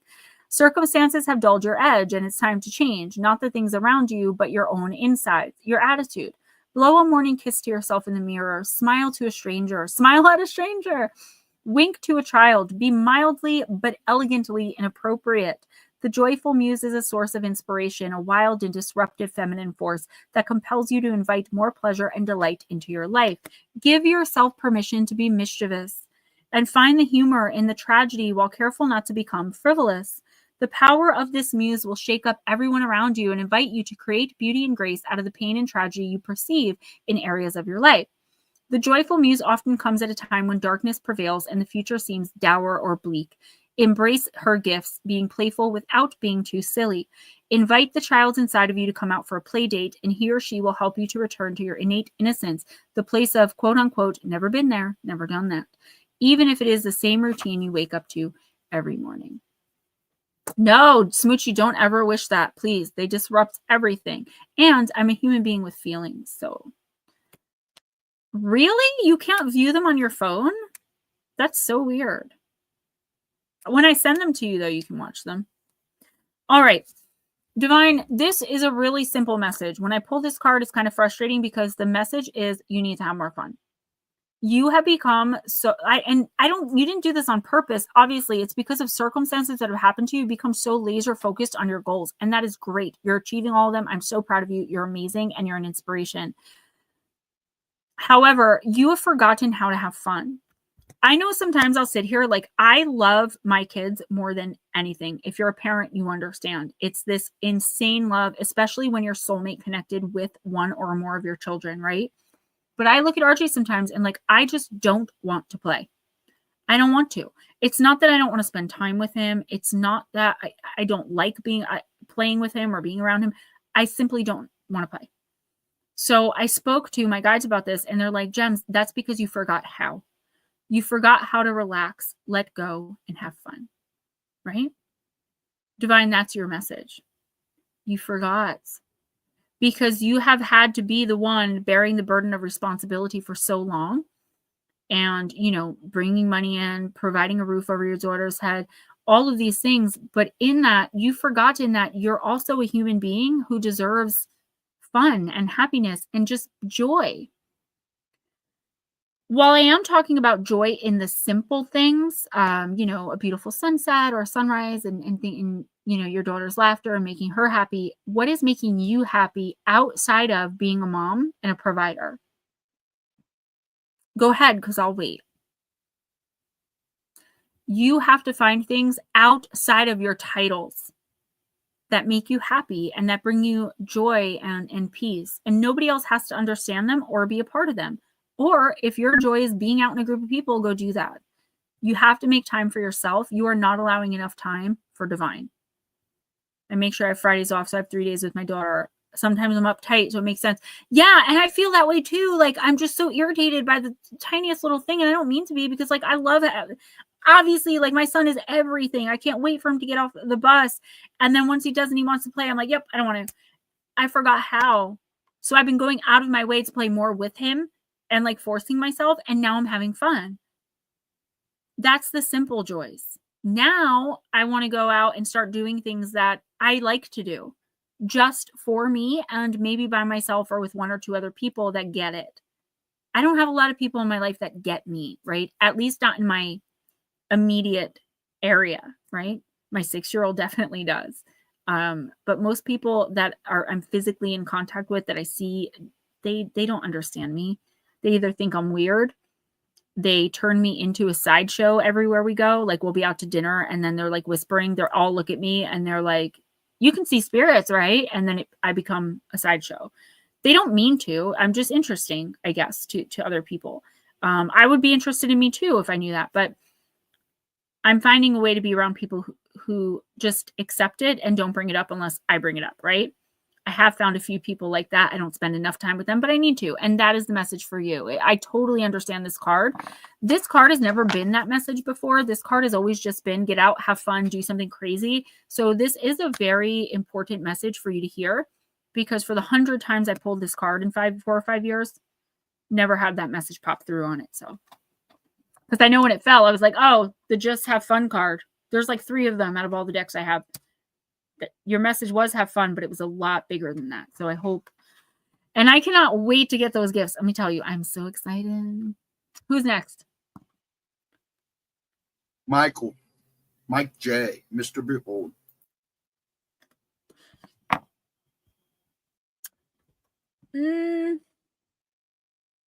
Let's use Aether Creatures. You're welcome, girl. I'm glad.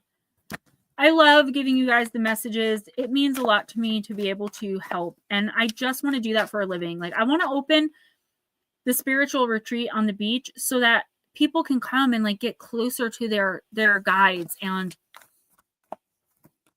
I want to do it so authentically, guys. You know, that's how I want to make money. I want to make money by helping people and like really working with them. I can give so much help that I can't give over the internet. I you know, like healing, connection, mediumship readings. I can do all that stuff in person, but I can't do a lot of it over the internet. And it bums me out because I want to. You are going to be, all of y'all will have a job at my retreat anytime you want it. Seriously, it's going to be huge. We're going to have one of those big industrial kitchens. Like, we're going to take like up to 10 people at a time, charge them like $2 or $3 grand for the week. And we're going to do it. That is my ultimate long-term goal. It has to be on the beach though. So Wildwood, Avalon, I'm staying in New Jersey, or, you know, if I ever do move, it would have to be on the beach. Not that I'd have to move to the beach. The retreat would have to be located on the beach. That's the main thing that my guides have been telling me. Wow. Whose card is this? Mike's? Yep. Oh, I love that. I wanted to go on a spiritual retreat so bad. Oh, Nutslap, you already know. You and New England Dirt Roadie are like in like Flynn with me. And you guys are not getting let out of my sight because you guys are constantly on the precipice of something so beautiful and you fall short.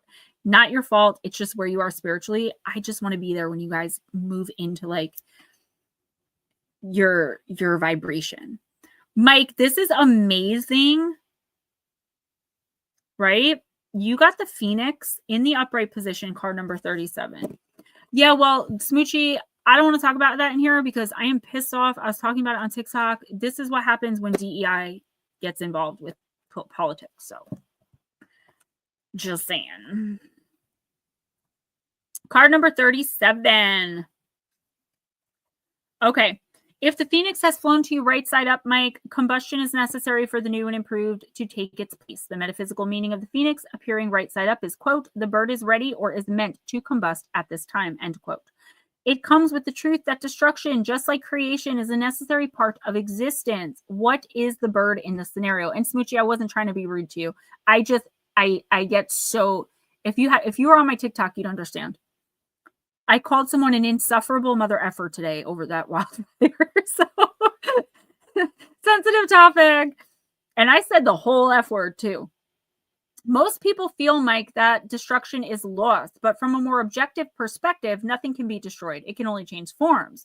All destruction is simply transformation. The Phoenix tends to come right side up as a powerful sign that something must, quote unquote, turn to ashes. Yes, very triggered. I apologize. That was all on me.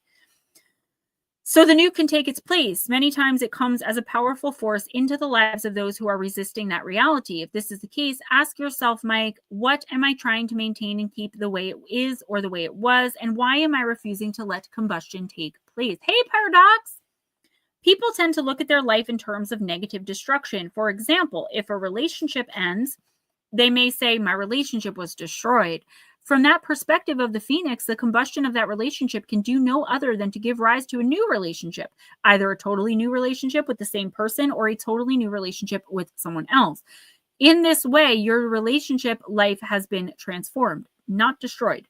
Or if a person had an aspiration as a child to be an astronaut, but they grew up to be anything but that, a person might say that their desire or dream to be an astronaut was destroyed.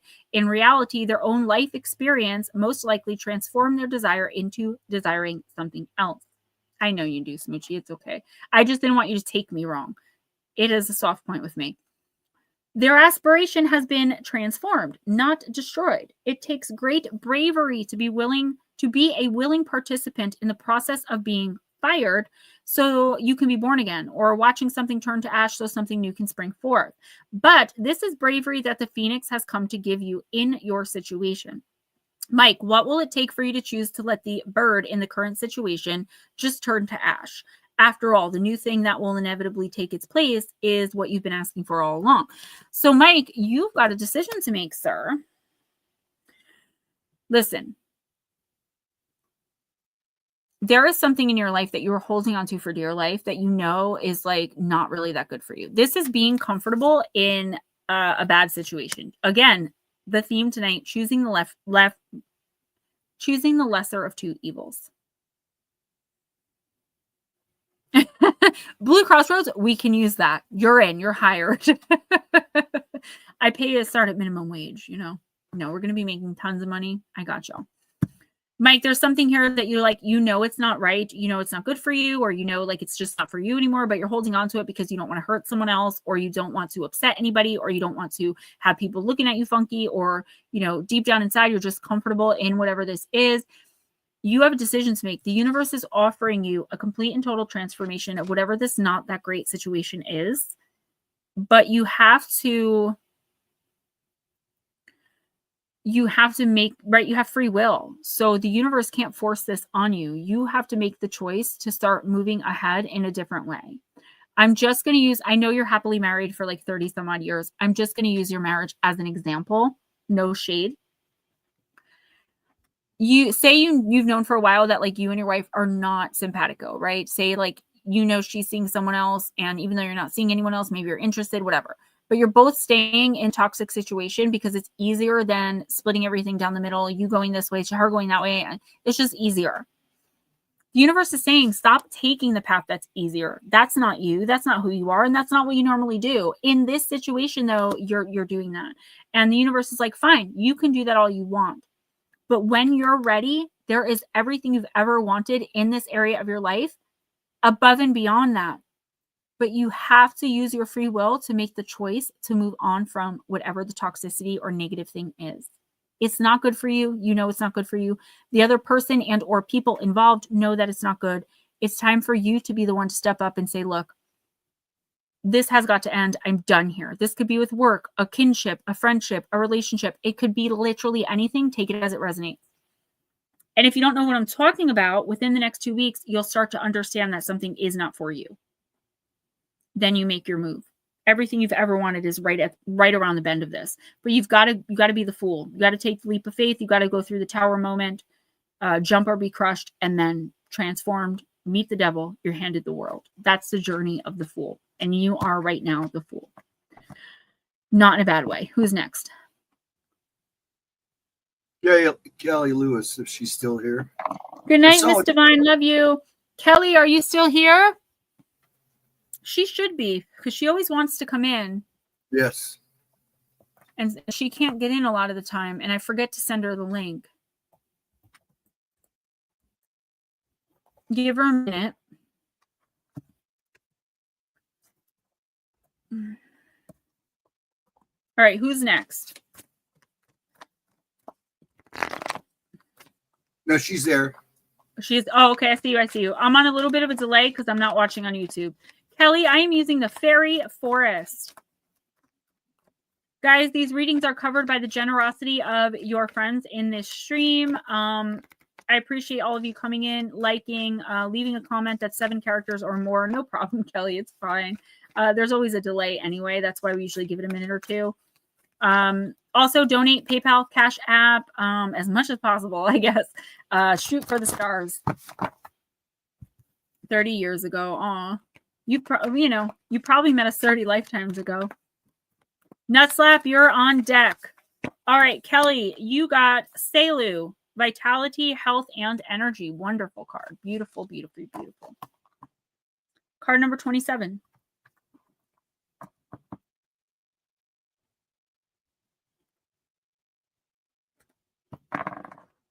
Kelly, you are radiating strength, energy, exuberance, and life force.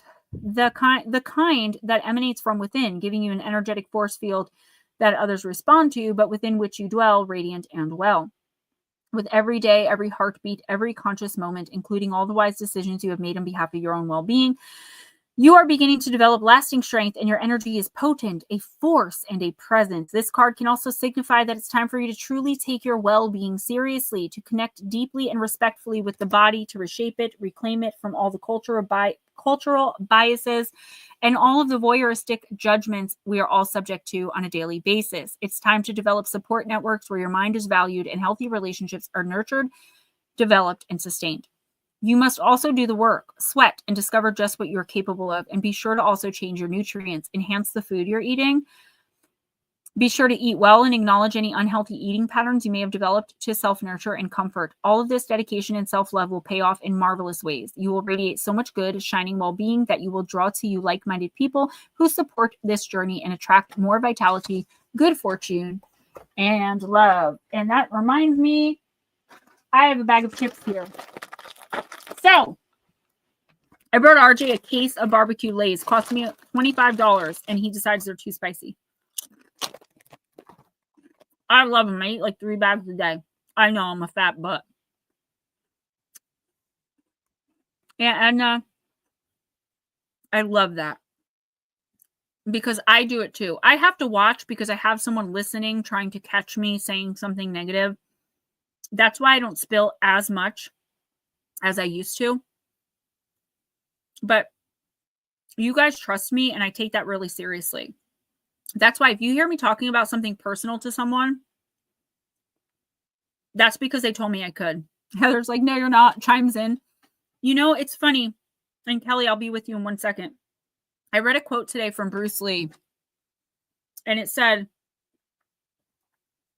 you're right, Heather, absolutely. I'm glad you reminded me, and thank you. It said, don't even joke about yourself, because your spirit and your body don't know the difference. So when you say something jokingly, like I'm a fat butt, I eat 3 bags of chips a day, your spirit takes that on, your body takes that on, and you will gain weight. It's that easy. That's why we have to look in the mirror and tell ourselves we are amazing and fantastic. Oh my God, toasted ravioli. What? Kelly, make sure in the next couple of weeks you focus on your physical health. I don't see anything major or like detrimental going on here, but there is something with something you're eating. I don't know if you're, honestly, the last like 2 people I got this card for ended up with food poisoning. Watch what you're eating. Watch who's preparing your food. All right. Heather, you're so sweet. Thank you. You guys always make me feel so good about myself. Thank you. There's something here with like your physical health. I don't know if you're like on a diet or maybe starting a new course of vitamins or something like that. I think you might be vitamin deficient in some area. So just get that checked out if you can. I know a lot of people don't have medical insurance, unfortunately. I would say B12 or D3. I don't know why I'm getting such specific information, but here we are. Just get that checked. Watch what you eat in the next 2 weeks. You're coming to a turning point in your life, just as so many people I've read for tonight are. It's like it's time to make a decision. You can't keep teeter-tottering, like procrastinating. I mean, you can because you have free will. But at the end of the day, not making a decision is making a decision. So the universe will end up making a decision for you, but it's not going to be the best one, like in your best interest for your humanity. It's going to be what's in the best interest of your soul and your spirit, which means you have to go all the way back to the beginning and relearn the lesson in a different way. It's traumatic. It's tragic. Nobody wants to have to do this. If you're deciding between doing something or not doing something, or A and B, 1 or 2, you have to, in the next 2 weeks, come to a decision. Even if you make no moves towards that decision, like if you just decide, just for example, okay, I'm going to quit my job and open a business, right? Say that's what you're choosing. You don't even have to like take a step forward in the next 2 weeks. You just have to have something decided. The universe is waiting for you to decide so it can move in the direction you choose. This is important. So whatever you're procrastinating on, I feel like you probably know what it is. If not, it will come to you very quickly. You've got to make the decision. Your free will prevents the universe, your spirit guides, your team, angels, ancestors, deceased loved ones from coming in and saving you or helping you in any way, shape, or form. Negative entities can try to compel us because they twist the laws, right? They're always manipulating us in all these different ways and getting us to accept them.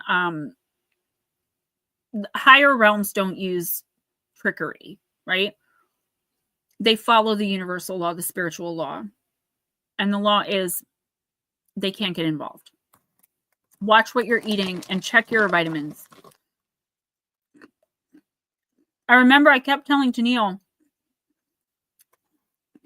for like months or something with your blood.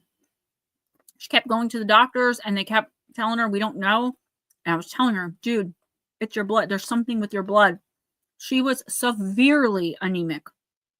Severely for months. And the doctors didn't know. And I kept telling her, but I wasn't seeing anemia. I was just seeing blood. Ooh, the Watchers. That sounds spooky. Who's next, babe? Nut slap. Thank you, Kelly. You are so welcome. Nut slap.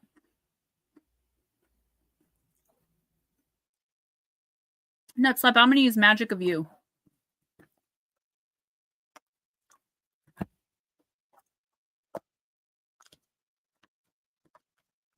Blue, do you know I found size 00 pants the other day? Kelly, you're so welcome. Thank you. No, listen. I found 00. I found size 5s. Guys, I'm a 9 now. When I first met him, I was 82 pounds. I was a 00 at age 32. Don't worry, eat your chips first. Okay. Ooh, you got effervescence. Another one. Oh, that was a personal number. Card number 5, effervescence. Cultivate love. You little love bug. You're a Pisces sun, aren't you? Oh, no. New England Dirt Radio was not good. I was very sick.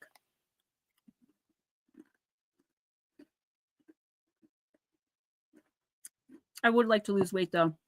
But I like food too much. Come on, where are we? Okay. I had to get my clothes fitted. Size 0 wasn't invented yet. Oh, my gosh. I know you're a Pisces. I always had it in my head you're a Taurus, and this is going to sound crazy, but it's because you remind me so much of Damien's father, and he was a Taurus. You look like him. You have the same attitude as him, the same sarcasm. Like, you remind me so much of him that I had it in my head you were also a Taurus. I don't know any Pisces men except you. All right.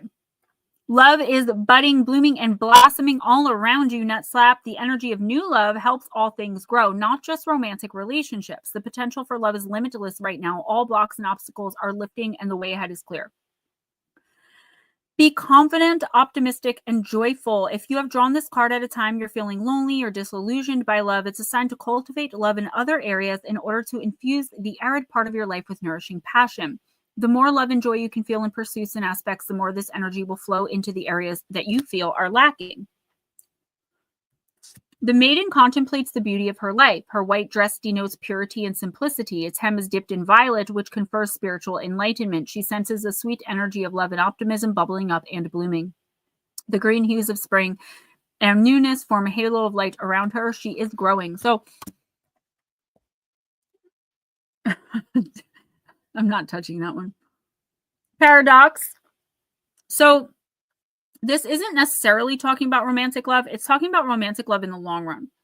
How are you cultivating love in other ways in your life? I do feel like you hide your pain well through like sarcasm and being funny and silly. But there is an area of your life right now that you really do feel is lacking, at least one. And I feel like there's a part of you that doesn't focus on it because it's negative, right? So we're trying not to focus on the negative. We're just doing what we're doing, getting up every day, doing the same thing, following routine. But I've been telling you for months now, maybe even a year, there is romantic love around you. There is a woman around you. I see her so clearly, her energy. If you can focus on enjoying your life more, right? And really finding joy in the little things. And really, I know this is going to sound, I know you're going to make fun of me for this, but it's not my message. Really smiling at strangers, really going out of your way to help people who are going to appreciate it. Matching energy, finding joy in the little things, you're going to start to see the world in a more bright, like under a brighter light. And that's going to make you shine even brighter, and it's going to bring her to you. I don't know. I don't see like the actual physicality of the person. I see the shape of her energy, if that makes sense. I don't see like an actual, the only time I see actual humans is when I'm seeing deceased spirit when they show up that way. He's there. I'm sure she's hot, but you know, you guys are kind of dancing around each other. I feel like you could already know her. Not sure about that though. But your spirit isn't open to it because you're not paying attention to the joy in the little things and cultivating love in other areas, like being kinder. And you're very generous. You are really kind, even though I know you don't want to admit it because like you have this sarcastic, tough exterior. But if you open up just a little bit more to the people around you that you know care and are going to reciprocate, you'll find love and joy in other areas, and you'll open yourself up to her. She is the one. Who's next? Black Dragon, then timestamps. Black Dragon, I'm going to use the Time Traveler Oracle. I love them. He said, mommy, because normally it's plain Lay's. RJ eats like 4 things. Literally eats 4 things. And one of his favorite snacks is plain Lay's. So the last time he was sick in June, Ghost sent him a case of plain Lay's. So of course they're gone by now. And he's like, mommy, I love barbecue Lay's. They're my favorite. And he was sick. So of course I bought him a case and they were too spicy. He must have had barbecue chips of like a different kind and really liked them because he wouldn't just say that. I think he just said Lay's because he likes Lay's, the plain ones. I don't care though. I love them. All right, Black Dragon. This is the background for our thumbnail tonight, actually. It is sweet, right? It's a little bit spicy, but sweet. But I guess for a 6-year-old, it's more spicy.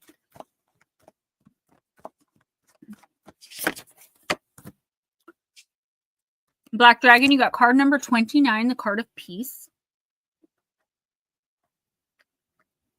Blue, are they? I think they're my new favorite. Oh, except for those chicken wing flavored Taiwanese ones. Did you guys see my video, my short on that? I ate that whole bag in 5 minutes. Smoochy, exactly. All right, Black Dragon. Card number 29, the card of peace. Oh my God, Jack Daniel barbecue. Oh, barbecue ruffles. I actually prefer ruffles too. And I think that's why I like the chicken wing Lay's so much because they had the ridges. Oh my God. Paradox, please. You guys are making me hungry. This happens every time. Even when I just pulled my own hair. Even when I used to stream with other Steve on the other channel, we would always get on food every single night. Oh my God, how bad? You guys that were with me at that time, how bad did people hate me? The comments were always like motor mouth, effing B word, you know, start a gas leak in your house and make sure the windows are closed. Like people hated me on that. Oh my God, I don't even know. Black Dragon, no matter what's happening on the surface, know that all is in perfect harmony. So this is Saint Francis of Assisi, Italy. Someone mentioned him in a horror movie.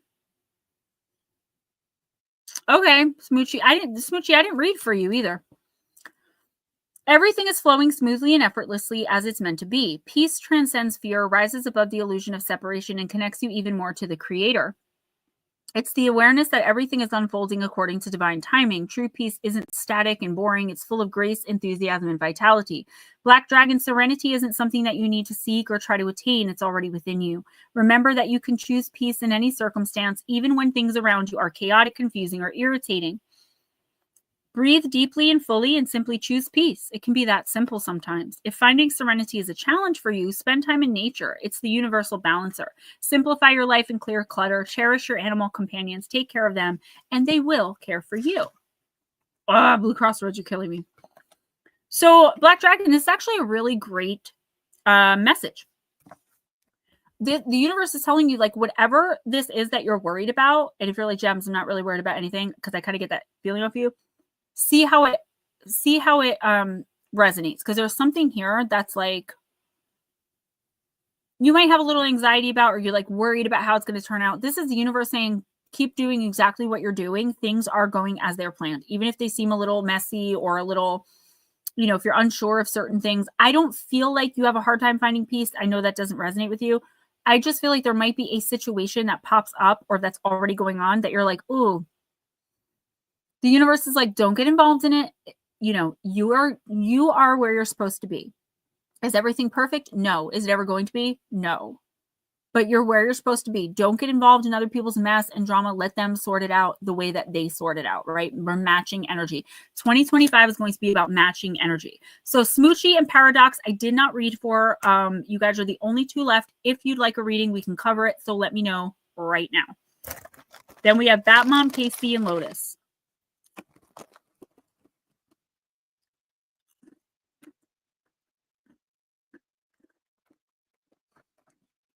So is that a no? I think Smoochie passed. So I said, I think that's no. Yeah. All right. While we're waiting, not with barbecue. I like food usually like really plain. I'm not like a fancy girl. But when I have French onion dip, it's with plain. And I'll tell you why. I am so OCD. I got you, Alan. That the color that will rub off in the dip will gross me out to the point where I won't be able to have more than one. So I use plain chips so that no seasoning falls off. Paradox, I definitely feel that. All right, let's do Batmom, KC, and Lotus.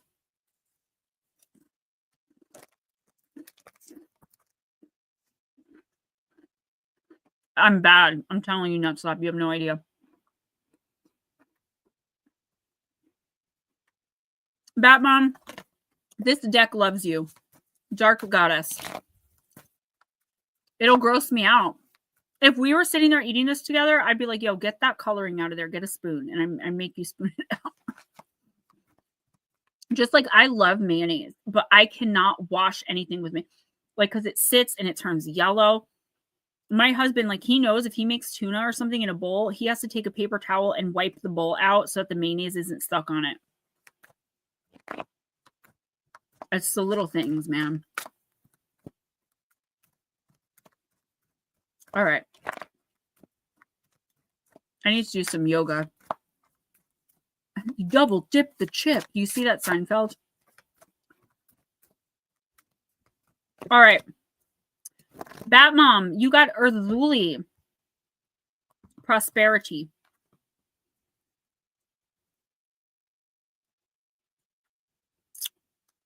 I feel like I've been struggling with something. Like when people in my life tell me that, and this happens a lot. When people in my life tell me, like, I'm just struggling right now, I just want to be alone. And this does happen a lot because I say it to people all the time and I mean it. Like, I really do want to be left alone when I say it. I have a habit of being like, okay, well, I'm here when you're ready. And the other day, someone told me that that's not like right. Like that I should be pushing them harder to find out what's wrong to see if I can help. So let me ask you guys, when you say I'm so in so much pain right now that I really just don't want to talk about it and I'll connect with you when I'm ready, is it appropriate to say, oh my God, what happened? Or to call them the next day and be like, hey, just checking in. Or to say, all right, whenever you're ready, you call me and I'm here. Because I was made to feel guilty about saying that to someone the other day and someone I really care about, but I was trying to give them space because I know when I say that, I mean it. If you text me, I'm probably not going to get back to you. You know what I'm saying? Like, I believed this person that they were hurting because it's not a person that does this all the time. This person almost never does this. Like, so I took her seriously. Yeah, and this person is just like that. They need their alone time. Do you know what I'm saying? So, okay, yeah, I thought I did the right thing, but I was second guessing it. Like, should I reach out and be like, hey, are you all right? But this person knows that they can text me anytime, day or night. They're on my do not disturb, which means my phone rings for them. So, you know what I mean? Just checking. All right, Bat Mom. You got Arzuli, the card of prosperity, success and riches for the taking, excessive action needs forsaking, clearing out to give away. Prosperity will come one day by the power of the dark goddess in me, protection and place blessed be. Acquiring things in life isn't a sin, but to prosper at the expense of others' well-being is to walk a road that grows increasingly impassable underfoot. A life of excess, spending, taking, desiring more and more comes at a price. It is nice to be adored, to play the field, to have your jar of hearts full to the brim. But Arzuli looks into your soul and sees a far less rosy future if you continue to live without taking responsibility for the people and the things you collect along the way. You'll soon be judged for who you are and not what you have. Right now, it might be hard to tell who the real you is, especially under all of that stuff. Turn it over to Arzuli now so she can help you sort through the muddle and show you what is really worth hanging on to and how to better take care of it. Night, Mom. I love you. Women always lie. Mm-hmm.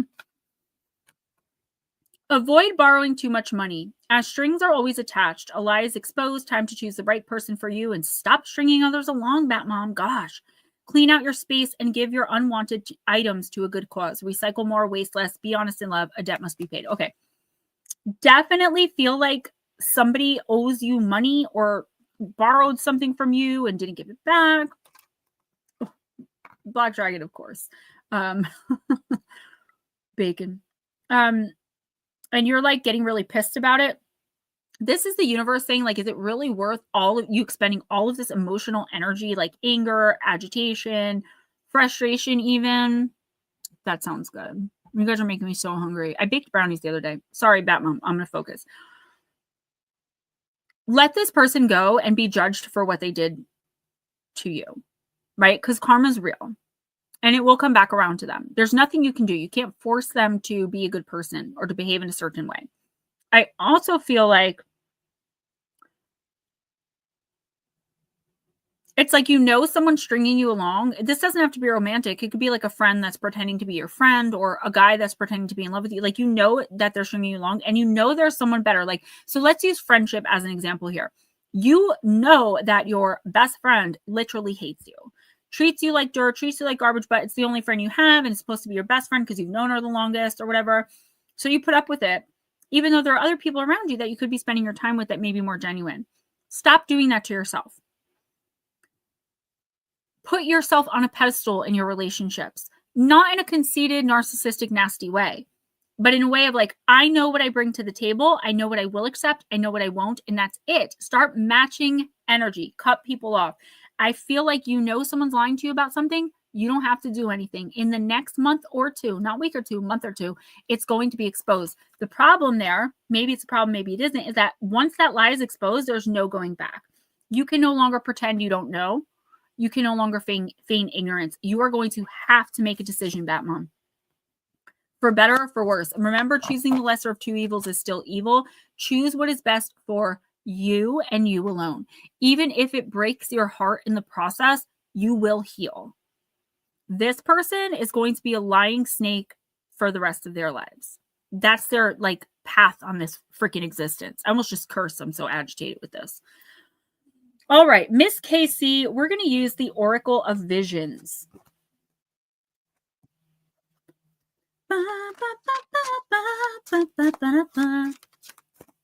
Because the music does me good and then it gets me every time.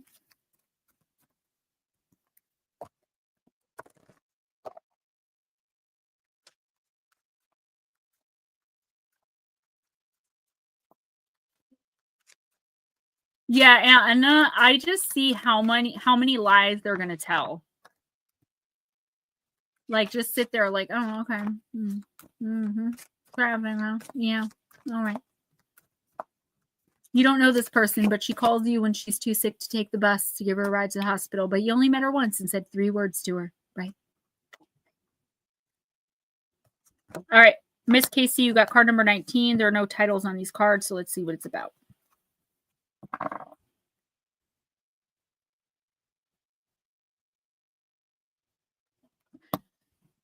No, Mio, no problem. Contemplation, analysis, and awareness. Man is the only animal for whom his own existence is a problem which he has to solve. I love it. Casey, while we share common traits with all other living entities and are indeed linked to them in so many ways, our humanity is probably best defined by our own awareness of ourselves. We alone can look up at the sky and contemplate our role in the universe. We alone have the freedom of choice and the capability of rational thought beyond survival and procreation. We alone can question relative values and choose right from wrong. Our consciousness is both a blessing and a burden. It provides us with the ability to ponder and question. More than any other living entities, we have the capacity to consider variables and options for the future and to be either encouraged or concerned about the possibilities. Casey, I'm not concerned at all with what you're doing, what you've gotten into. I know we didn't get to talk about it, and I hope you're not mad at me that I accidentally deleted your text. I told you I would help you, and I will. You just got to resend it. I do it all the time. You can ask Blue Crossroads. He used to get very frustrated, but we talked about it. I have a habit of deleting texts. It's an addiction thing, so that the cops didn't see who I was talking to, and I still do it, whatever. I do want to help you. And I want to encourage you that you're making the right decisions for you at this time. It doesn't matter what anyone else thinks about it. If you're using your money, your time, putting your effort, your energy, even if it turns out that it was a waste in the long run, you are enjoying it while you were doing it. You believed in it while you were doing it. And that's what the universe needs from you right now.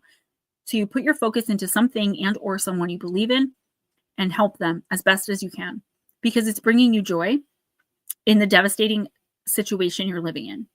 That hurt and pain is nowhere near gone yet, and it may never fully go away. Time doesn't heal all wounds. It just makes the wounds easier to deal with. I understand that part of it, at least, right? Keep doing you. Do not let anyone talk you out. This is my side eye. Do not let anyone talk you out of what you're doing if it makes you happy. It doesn't matter what their reasoning is. It doesn't matter if they're concerned. It's okay for them to feel that way. That's on them. They have to control, deal with, and tolerate their own feelings in their own life. They have nothing to do with this. This is your healing process. Whatever you're doing, whoever you're helping. I do see you giving money. I don't know why. Maybe that's not it. It could be other resources or something. You are invested in something and or someone.